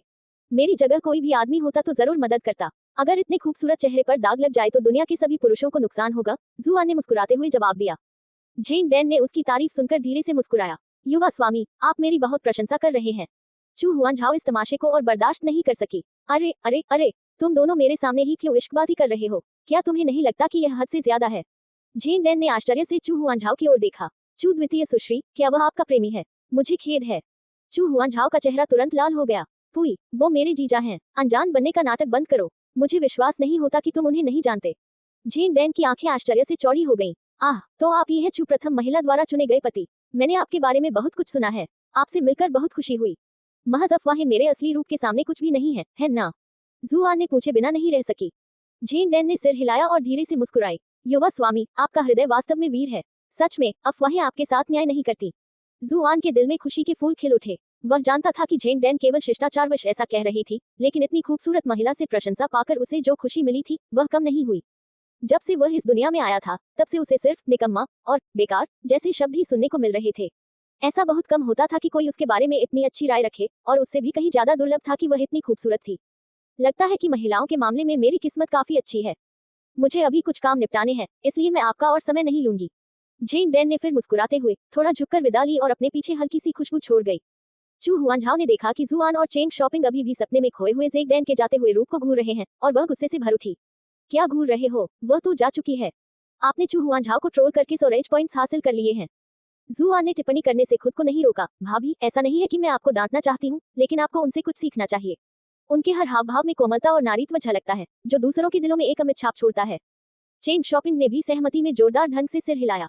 चू हुआन झाओ लगभग भड़क उठी। तुमने अभी क्या कहा? तुम चाहते हो कि मैं उसका वो घिनौना कोमल अभिनय सीखूं? उसे देखना ही मेरे लिए काफी घिनौना है। आपने चू हुआन झाओ को ट्रोल करके 348 रेज पॉइंट्स हासिल कर लिए हैं। जुआन ने भौहें चढ़ाते हुए कहा, सिर्फ इसलिए उसका अपमान मत करो क्योंकि वह सुंदर दिखती है और शालीनता से पेश आती है। तुम्हारे जैसे अयाश ही उसकी खूबसूरती पर फिदा हो सकते हैं। क्या तुम्हें पता है कि उसकी सगाई हो चुकी है? मंगेतर होने के बावजूद भी सार्वजनिक रूप से तुमसे दूरी बनाए रखने की बजाय वह तुम्हारे साथ इतनी नजदीकी से पेश आई। यही उसके व्यक्तित्व को दिखाने के लिए काफी है। चू हुआन झाओ ने ताना मारा। क्या उसकी सगाई हो गई है? जुआन को गहरा दुख हुआ। पुरुष स्वभाव से ही ऐसे होते हैं। भले ही उसके मन में झेंग डैन के लिए कोई भावना न हो, फिर भी वह चाहता था कि दुनिया की सारी सुंदरियां उसी के इर्द गिर्द घूमती रहें। चेंग शॉपिंग ने भी उसकी निराशा में साथ दिया। मेरा पनपता प्यार, क्या ये एक बार फिर यूं ही खत्म हो जाएगा? अध्याय 79, मानद शिक्षक। चू हुआनझाओ उन दोनों आदमियों की निराशा भरी प्रतिक्रियाओं को देखकर बहुत खुश हुआ। उसका मंगेतर कोई और नहीं बल्कि सान कियान है, वही आदमी जिससे तुम कल रात मिले थे। सान कियान के पिता जाहिर तौर पर हमारे चू कबीले के पीछे पड़े हैं और ब्राइटन मून शहर में झेंग कबीले के साथ व्यापार से जुड़े कई विवाद हैं। झेंग दान का तुमसे संपर्क करने के पीछे जरूर कोई गुप्त मकसद होगा। तुम्हारे जैसे व्यभिचारी ही उसके झांसे में फंसेंगे। सान कियान का मंगेतर। कैसीनो में उस घमंडी युवा कमांडर की याद आते ही जुआन गहरी सोच में डूब गया। झेंग परिवार की सजी धजी गाड़ी एक सुनसान गली में खड़ी थी। कोच मास्टर के चेहरे से घबराहट काफी समय पहले ही गायब हो चुकी थी। उनकी आवाज शांत और संयमित थी। छोटी मालकिन, क्या आपको कर्ज का नोट मिल गया? झेंग डैन ने सिर हिलाया। यह उसकी गलती नहीं थी। लगता है हमें थोड़ी और मेहनत करनी पड़ेगी। जब जुआन ने उसे पहले पकड़ा था तो उसने चुपके से उसके जेबों में हाथ डालकर तलाशी ली थी। दुर्भाग्य से उसे कुछ नहीं मिला था। उस निकम्मे ने हमारी युवती के शरीर को अपने अयोग्य हाथों से छूने के एक मौके के लिए जीवन भर की अच्छी किस्मत बर्बाद कर दी होगी। कोच मास्टर ने गुस्से में थूकते हुए कहा। झेंग डैन ने हल्की सी मुस्कान के साथ कहा, कोई बात नहीं। मैंने पूरे कपड़े पहने हुए थे और उसने हाथ बढ़ाने की हिम्मत भी नहीं की। मुझे कोई तकलीफ नहीं हुई। कोच को राहत मिली। बेटी, मैं बचपन से तुम्हारे साथ रहा हूँ। मैं किसी को भी तुम्हारा फायदा उठाते हुए नहीं देख सकता। फायदा उठाने की बात करे तो वो सांग नाम का आदमी तो वाकई बेवकूफ है। भला कोई आदमी अपनी मंगेतर से किसी दूसरे आदमी के लिए हनी ट्रैप बिछाने के बारे में कैसे सोच सकता है? झेंग डैन ने इस मामले को टाल दिया। अंकल यू, शांत हो जाइए। सबसे पहले तो सान कियान के साथ मेरा रिश्ता एक राजनीतिक विवाह है, आपसी लाभ पर आधारित संबंध है। इसमें कुछ लेन देन होना स्वाभाविक है। अंकल यू नाम के प्रशिक्षक ने गहरी आह भरी। छोटी बच्ची, तुमने झेंग परिवार के लिए बहुत कष्ट सहे हैं। यह मेरे लिए भी है, झेंग डैन ने मुस्कुराते हुए जवाब दिया। वैसे भी मैं जुआन को अपना फायदा नहीं उठाने दूंगा। इसके अलावा उससे हुई पिछली मुलाकात ने इस मामले को और भी दिलचस्प बना दिया है। अल्पविराम। चू हुआनझाओ लगातार जुआन को अपनी बड़बड़ाहट से परेशान करती रही और यह यातना तब तक समाप्त नहीं हुई जब तक वे अकादमी नहीं पहुंच गए।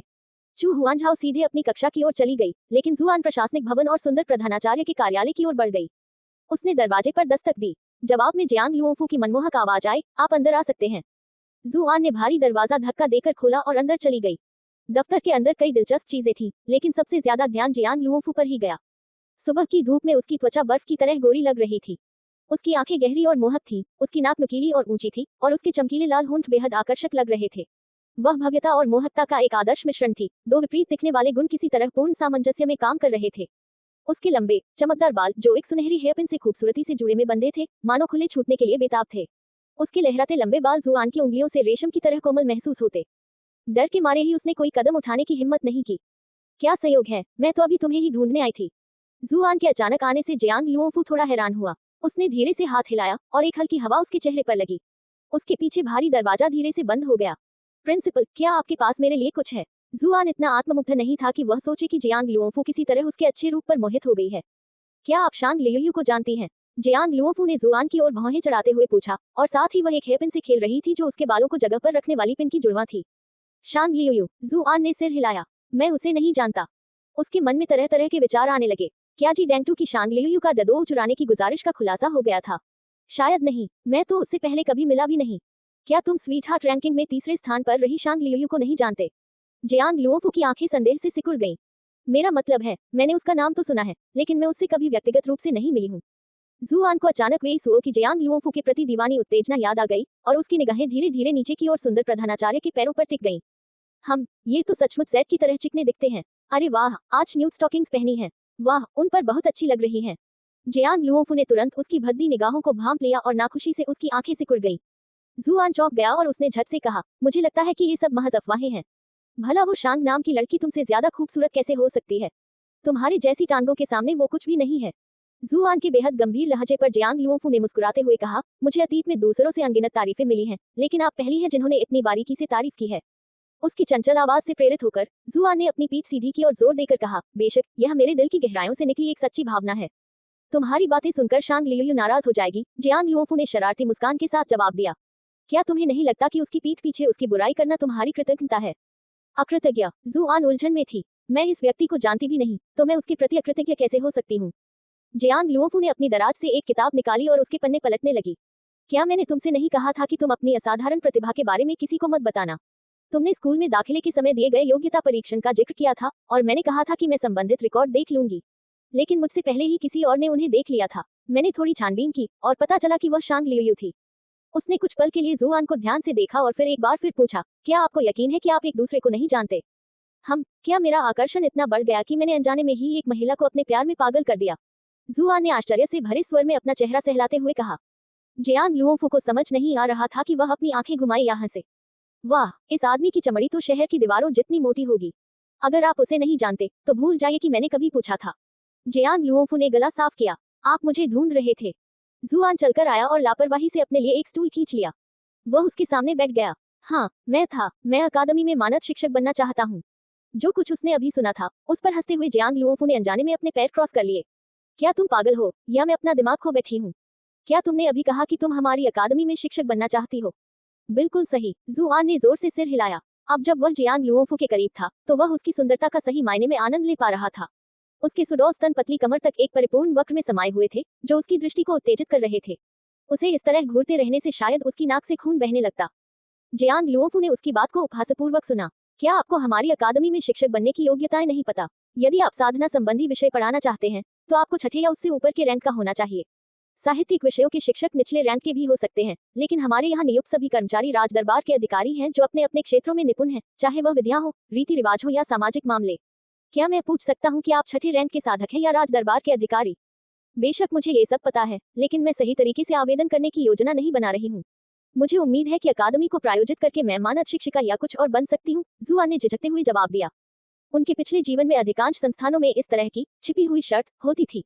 किसी स्कूल को प्रायोजित करने वाले धनाढ्य व्यक्ति के नाम पर इमारत का नामकरण किया जा सकता था और उनके बच्चों को दाखिले के समय तरजीही सुविधा मिलती थी।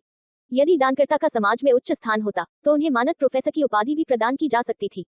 प्रायोजक, जियांग लुओफू ने हैरानी से अपनी आंखें झपकाईं। उसने पहले कभी इस तरह की बात नहीं सुनी थी, लेकिन यह चर्चा करने लायक एक अच्छा विकल्प लग रहा था। हालांकि कुछ देर बाद उसने सिर हिलाया। छी, तुम तो चू परिवार के दामाद हो। तुम्हारे पास आखिर कितना पैसा हो सकता है? क्या 7.5 मिलियन चांदी के सिक्के आपके लिए काफी हैं? जुआन ने उत्तर दिया। उसके पास मौजूद वचन पत्र पूरी तरह बेकार था अगर वह उसके पास ही रहता। उसके पास पैसे निकालने की क्षमता नहीं थी और इससे भविष्य में उसे और भी परेशानी होने की पूरी संभावना थी। सबसे बढ़कर इसे अपने पास रखने से उसका सबसे बड़ा तुरुप का पत्ता, उत्तराधिकारी की दावत, बेकार हो जाती। ये तो एक जान गंवाने के बराबर था। पैसा होना अच्छी बात थी, लेकिन जीवित रहना सबसे पहले जरूरी था। काफी सोच विचार के बाद उन्होंने धन दान करने का निर्णय लिया था, लेकिन धन कहाँ और कैसे दान किया जाए, ये ऐसे प्रश्न थे जिन पर विचार करना आवश्यक था। बेहतर यही होगा कि उन्हें इससे कुछ ठोस लाभ प्राप्त हो। 7.5 मिलियन चांदी के सिक्के। जियांग लुओफू की आंखें हैरानी से चौड़ी हो गईं। उनके मानकों के हिसाब से भी यह रकम बहुत ज्यादा थी। इतनी बड़ी रकम तुम्हें कहाँ से मिली? जियांग लुओफू के संदेह को भांपते हुए जुआन ने तुरंत सिल्वरहुड कैसीनो में हुई अपनी घटना के बारे में उसे बताया। तुमने ये कैसे कर दिखाया? जियांग लुओफू ने हैरानी से कहा। ब्राइटन मून सिटी के मामलों में उसे कभी ज्यादा दिलचस्पी नहीं थी, इसीलिए उसे इस बड़ी घटना के बारे में अब पता चल रहा था। मैं खुद को भाग्यशाली मानती हूँ, जुआन ने शर्माते हुए जवाब दिया। तकनीकी रूप से यह झूठ नहीं था, क्योंकि उसने अपनी किस्मत को बेहतर बनाने के लिए फॉर्चून पिल का इस्तेमाल किया था। अगर तुम सच बोलने को तैयार नहीं हो तो कोई बात नहीं। वाह वाह वाह, तुम तो मेरी दिलचस्पी और भी बढ़ा रही हो। जियांग लुओफू ने जुआन को फिर से परखने के लिए थोड़ा आगे झुककर कहा। सब कहते हैं कि चुकुल की प्रथम कुमारी ने एक निकम्मे पति से शादी की है, लेकिन ऐसा क्यों लगता है कि मामला कुछ और ही है? तुम वाकई कई राज छिपा रही हो, चाहे वह तुम्हारी असाधारण प्रतिभा हो, तुम्हारा साधना कौशल, यहाँ तक कि सिल्वरहुड कैसीनो की एक यात्रा ने भी तुम्हें मे चाओफेंग से आसानी से 7.5 मिलियन चांदी के सिक्के दिला दिए। जियांग लुओफू के अचानक पास आने पर जुआन थोड़ा सहम गया। उसकी निगाहें बर्फ से ढकी उस घाटी पर टिकी थी जो इतनी मोहक थी कि उसे डर था कि कहीं वह अनजाने में ही सुंदर प्रधानाचार्य को नाराज न कर दे। आकर्षण आमतौर पर रुचि से शुरू होता है। गहन विचार विमर्श के बाद जुआन को लगा कि उसे उसकी इस अनुचितता के बारे में बताना ही सबसे अच्छा विकल्प है। तुम्हारी त्वचा कपड़ों से झांक रही है। जियांग लुओफू ने अपनी निगाहें अपने पहनावे पर टिका दी और उसके होठों के किनारे हल्के से ऊपर उठे। तुम बाकी मर्दों जैसे नहीं हो। अगर तुम हो तो मुझे खुद को सबके सामने दिखाने में कोई आपत्ति नहीं है। जुआन अचंभित रह गई। सचमुच, धत तेरे की, मुझे आराम से तलाश करनी चाहिए थी। क्या मैं सचमुच महिलाओं का दिल जीतने वाला हो सकता हूँ? वरना मैं जियांग लुओफू और महान शांग लियू का दिल इतनी आसानी से कैसे जीत लेता? बेशक, मेरी नजर में तुम असली मर्द नहीं हो, बल्कि एक साथी बहन की तरह हो। जियांग लुओफू ने हाथ हिलाकर बात को टाल दिया। जुआन को उम्मीद थी कि वह छोटा भाई कहेगी, लेकिन साथी बहन कहलाना उसे बर्दाश्त नहीं था। प्रिंसिपल, आपका इससे क्या मतलब है? जियांग लुओफू ने जुआन के गुस्से भरे चेहरे को देखकर धीरे से हंसते हुए कहा, चिंता मत करो, मैं किसी को नहीं बताऊंगा। उसकी गुप्तांगों पर टिकी सहानुभूति भरी निगाहें जुआन के लिए काफी थी। उसी क्षण उसे अपना सिर दीवार पर पटककर वहीं अपनी दयनीय जान लेने की तीव्र इच्छा हुई। आखिर चल क्या रहा है? इसके बारे में ज्यादा से ज्यादा लोगों को क्यों पता चल रहा है? अध्याय 80, जानबूझकर। क्या सभी उच्च कोटि के साधक मेरी पीड़ा को एक नजर में भांप लेते हैं? जुआन ने ये सवाल पूछे बिना नहीं रह सका। अगर सच में ऐसा था तो वह किसी का भी सामना नहीं कर सकता था।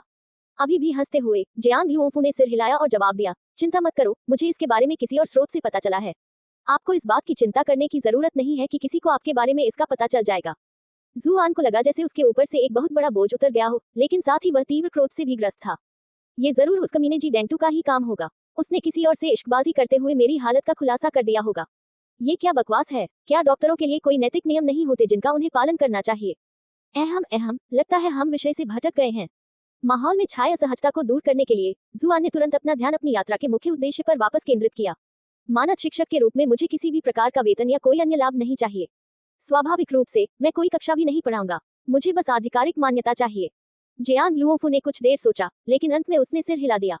अगर किसी प्रतिष्ठित और शक्तिशाली साधक ने 7.5 मिलियन चांदी के सिक्के दान किए होते तो मैं इस संभावना पर विचार करती। लेकिन आपको अपनी प्रतिष्ठा का भला पता होना चाहिए। अगर मैंने सचमुच आपको मानद गुरु का पद दे दिया तो मेरी बदनामी होगी। ब्राइटन मून अकादमी भी पूरे देश में हंसी का पात्र बन जाएगी। मैं ये जोखिम नहीं उठा सकती। एक पल के लिए रुकने के बाद उसने बेबसी भरी मुस्कान के साथ कहा, किसने तुम्हें इतने सालों तक इतना उग्र व्यवहार करने के लिए कहा था? तुमने तो सिर्फ अपना ही नुकसान किया है। बेशक जियांग लुओफू को यह जानने का कोई तरीका नहीं था कि मूल जुआन वास्तव में एक निकम्मा व्यक्ति था, इसलिए उसने मान लिया कि वह बस काम चोरी कर रहा था। जुआन को उसके इस फैसले से कोई हैरानी नहीं हुई। उसे पूरी उम्मीद थी कि जियांग लुओफू उसका प्रस्ताव ठुकरा देगी और वह अपने असली इरादे जाहिर करने से पहले बस एक बहाना बना रहा था। अगर मैं मानद शिक्षक नहीं बन सकता तो मुझे कालकोठरी में भाग लेने का मौका दीजिए। कालकोठरी में प्रवेश करने के लिए 7.5 मिलियन चांदी के सिक्के खर्च करना सरासर फिजूल खर्ची लग रहा था।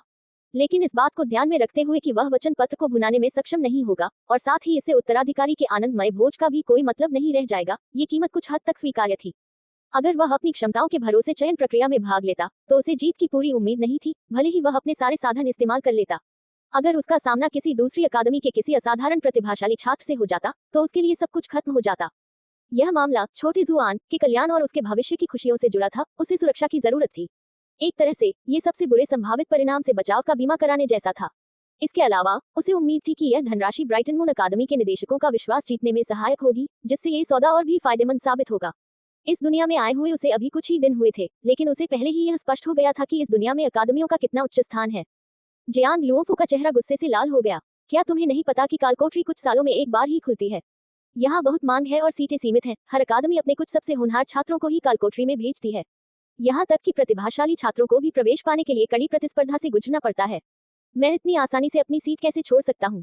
जुआन ने कंधे उचकाते हुए कहा, मुझे विश्वास नहीं होता कि अकादमी के प्रधानाचार्य होने के नाते आप में इतनी शक्ति की कमी होगी। हम 7.5 मिलियन चांदी के सिक्कों की बात कर रहे हैं। मैं इसे यूं ही मुफ्त में तो नहीं दे सकता, है ना? जियांग लुओफू ने जुआन को इतनी तीक्ष्ण निगाहों से देखा कि मानो वह उसके द्वारा बोले गए किसी भी झूठ को भेद सकता हो। कालकोठरी में तुम्हारा क्या इरादा है? बेशक इसका मकसद खजाने की खोज करना और ये देखना है कि क्या मैं भाग्यशाली रहा और मुझे कोई अप्रत्याशित घटना देखने को मिली। जुआन ने जवाब दिया। उसने क्षणभंगुर कमल के बारे में बात करने का इरादा नहीं किया ताकि किसी भी अनचाही परेशानी से बचा जा सके। जियांग लुओफू ने सिर हिलाया। मैं समझ सकता हूँ कि आप क्या कहना चाहते हैं। कालकोठरी में साधकों के लिए कई आकर्षक अवसर होते हैं। हालांकि कालकोठरी में प्रवेश के लिए उपलब्ध स्थानों पर कई लोगों की नजर रहती है, जिनमें अनुष्ठान मंत्रालय भी शामिल है। मैं यूं ही यह स्थान किसी को नहीं दे सकता। जुआन का धैर्य तुरंत टूट गया, लेकिन इससे पहले कि वह कुछ कह पाता, जियांग लुओफू ने उसे रोकने के लिए अपना हाथ उठाया। शांत हो जाओ और मुझे अपनी बात पूरी करने दो। हालांकि मैं तुम्हें सीधे तौर पर यह पद नहीं दे सकती, लेकिन मैं पर्दे के पीछे से कुछ जुगाड़ करके तुम्हारे लिए अपेक्षाकृत कमजोर प्रतिद्वंद्वी नियुक्त करवा सकती हूँ। इस तरह तुम सही तरीके से योग्यता प्राप्त कर पाओगे और अकादमी अनावश्यक जांच पड़ताल से मुक्त हो जाएगी। क्या इसका मतलब यह नहीं है कि मुझे इस पद के लिए संघर्ष करना पड़ेगा? जुआन इस योजना को लेकर थोड़ा संशय में था। वह अपने तुरुप के पत्ते यथासंभव छिपाकर रखना चाहता था। वह पर्दे के पीछे रहकर ही सारी चालें चलना पसंद करता था। जियांग लुओफू ने सीधे खड़े होकर कहा, मुझे नहीं पता कि तुम इतने सालों से क्यों सुस्ती बरत रहे हो, लेकिन यह ऐसी दुनिया है जहां बलवानों का सम्मान होता है। जब तक तुम अपनी योग्यता साबित कर देते हो, तुम्हें उच्च पद और साधना के भरपूर संसाधन प्राप्त होंगे। यदि तुम दूसरों से पीछे रहोगे तो बाकी सब तुम्हें पीछे छोड़ देंगे। तुम्हारे और तुमसे आगे वालों के बीच का अंतर बढ़ता ही जाएगा और तुम्हारे लिए उनकी बराबरी करना मुश्किल हो जाएगा।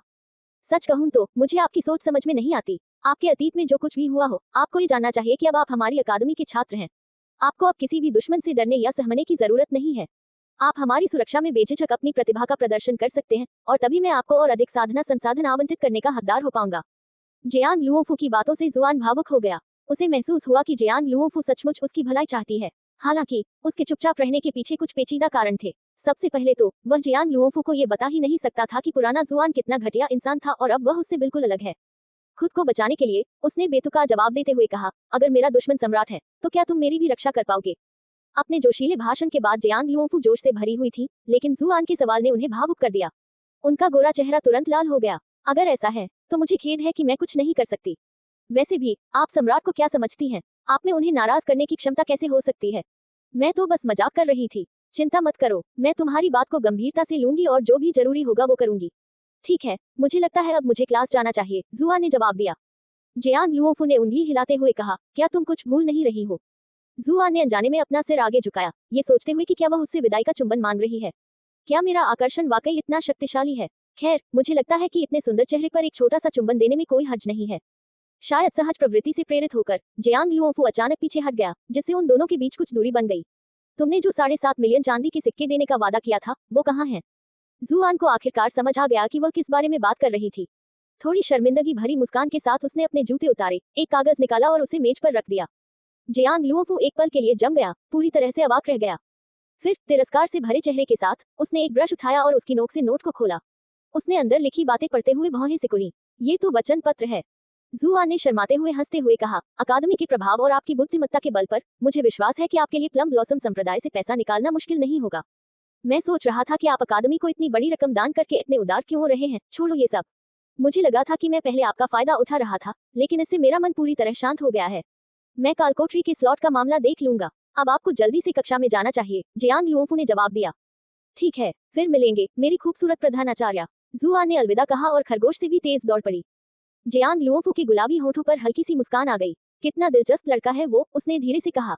उसने उस वचन पत्र की ओर देखा जो अभी अभी उस आदमी के जूतों से निकाला गया था, और उसकी मुस्कान फीकी पड़ गई। उसमें से भयानक दुर्गंध आ रही थी, हालांकि यह शायद उसका भ्रम ही था। उसने घृणा से भरे चेहरे के साथ उस पत्र को एक तरफ रख दिया और फिर झाड़ू को कूड़ेदान में फेंक दिया। इसी बीच जुआन इतराते हुए कक्षा की ओर बढ़ा। उसका दिल अब काफी हल्का हो गया था, क्योंकि आखिरकार उस भारी बोझ से मुक्ति मिल गई थी जिसने उसे जकड़ रखा था। हालांकि मन ही मन उसे अब भी लग रहा था कि 7.5 मिलियन चांदी के सिक्के यूं ही दे देना व्यर्थ था। छोड़ो भी, मैं इसे कुछ दिनों के लिए दहेज के तौर पर उस खूबसूरत प्रधानाचार्य के पास छोड़ देता हूँ। मैं उसे अपने पैसों के साथ भविष्य में वापस घर ले आऊंगा। अगर अकादमी में कोई भी इस समय उसके विचार सुन पाता तो वह पूरी तरह से दंग रह जाता। कई लोग प्रिंसिपल जियांग को पसंद करते थे, लेकिन वह अकेला ऐसा व्यक्ति था जिसने ऐसे विचार रखने का साहस किया। जब जुआन कक्षा में लौटा तो उसने देखा कि कक्षा पहले ही शुरू हो चुकी थी। शिक्षक दुबले पतले अधेड़ उम्र के व्यक्ति थे, जिनके बाल तैलीय थे और बीच से विशेष मांग निकाली हुई थी। जुआन चुपके से अपनी सीट पर बैठ गया, लेकिन पोडियम पर अचानक जोरदार आवाज से उसकी गोपनीयता भंग हो गई। तुम्हें कक्षा में किसने प्रवेश करने दिया? इस जोरदार धमाके से खर्राटे ले रहे कई छात्र जाग गए। उन सभी ने तुरंत जुआन की ओर देखा। जुआन को उस व्यक्ति का अचानक उस पर भड़कना हास्यास्पद लगा। तुम पहले पाठ पर ध्यान दे रहे थे और मैं तुम्हें परेशान नहीं करना चाहता था, इसलिए मैंने चुपचाप अंदर आना बेहतर समझा। देर होने पर कम से कम सूचना तो दे सकते हो। फिर भी तुम खुलेआम ऐसे अकड़कर अंदर आते हो जैसे ये बिल्कुल सामान्य बात हो। ये बड़ों का घोर अपमान है। शिक्षक ने उसे गुस्से से फटकारा।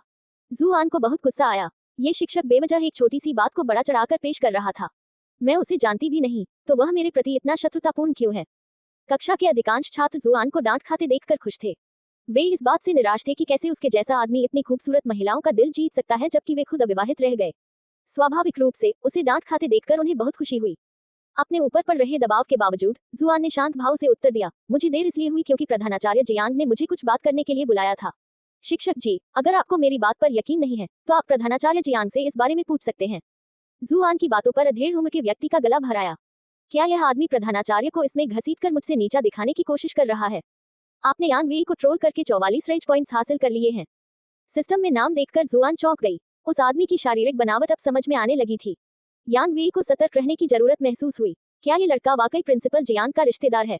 मैंने उन्हें पहले कभी किसी छात्र के मामलों में इतनी दखलंदाजी करते नहीं देखा। मुझे लगा था कि ये कोई आम छात्र होगा जिससे निपटना आसान होगा, इसलिए मैंने बिना किसी झिझक के उसकी मदद करने के लिए हामी भर दी। लेकिन लगता है मामला मेरी सोच से कहीं ज्यादा पेचीदा है। खैर, अब अपना मन बदलने में बहुत देर हो चुकी है। प्रिंसिपल जियांग ने आपको क्यों बुलाया? यांग वेई ने उनके रिश्ते की जांच करने की कोशिश करते हुए पूछा। जुआन ने कंधे उचकाते हुए कहा, उसने बस मुझसे पूछा कि स्कूल कैसा चल रहा है और क्या मैं स्कूली जीवन में अच्छी तरह ढल पा रही हूँ। यांग वेई के माथे की शिकन और गहरी हो गई।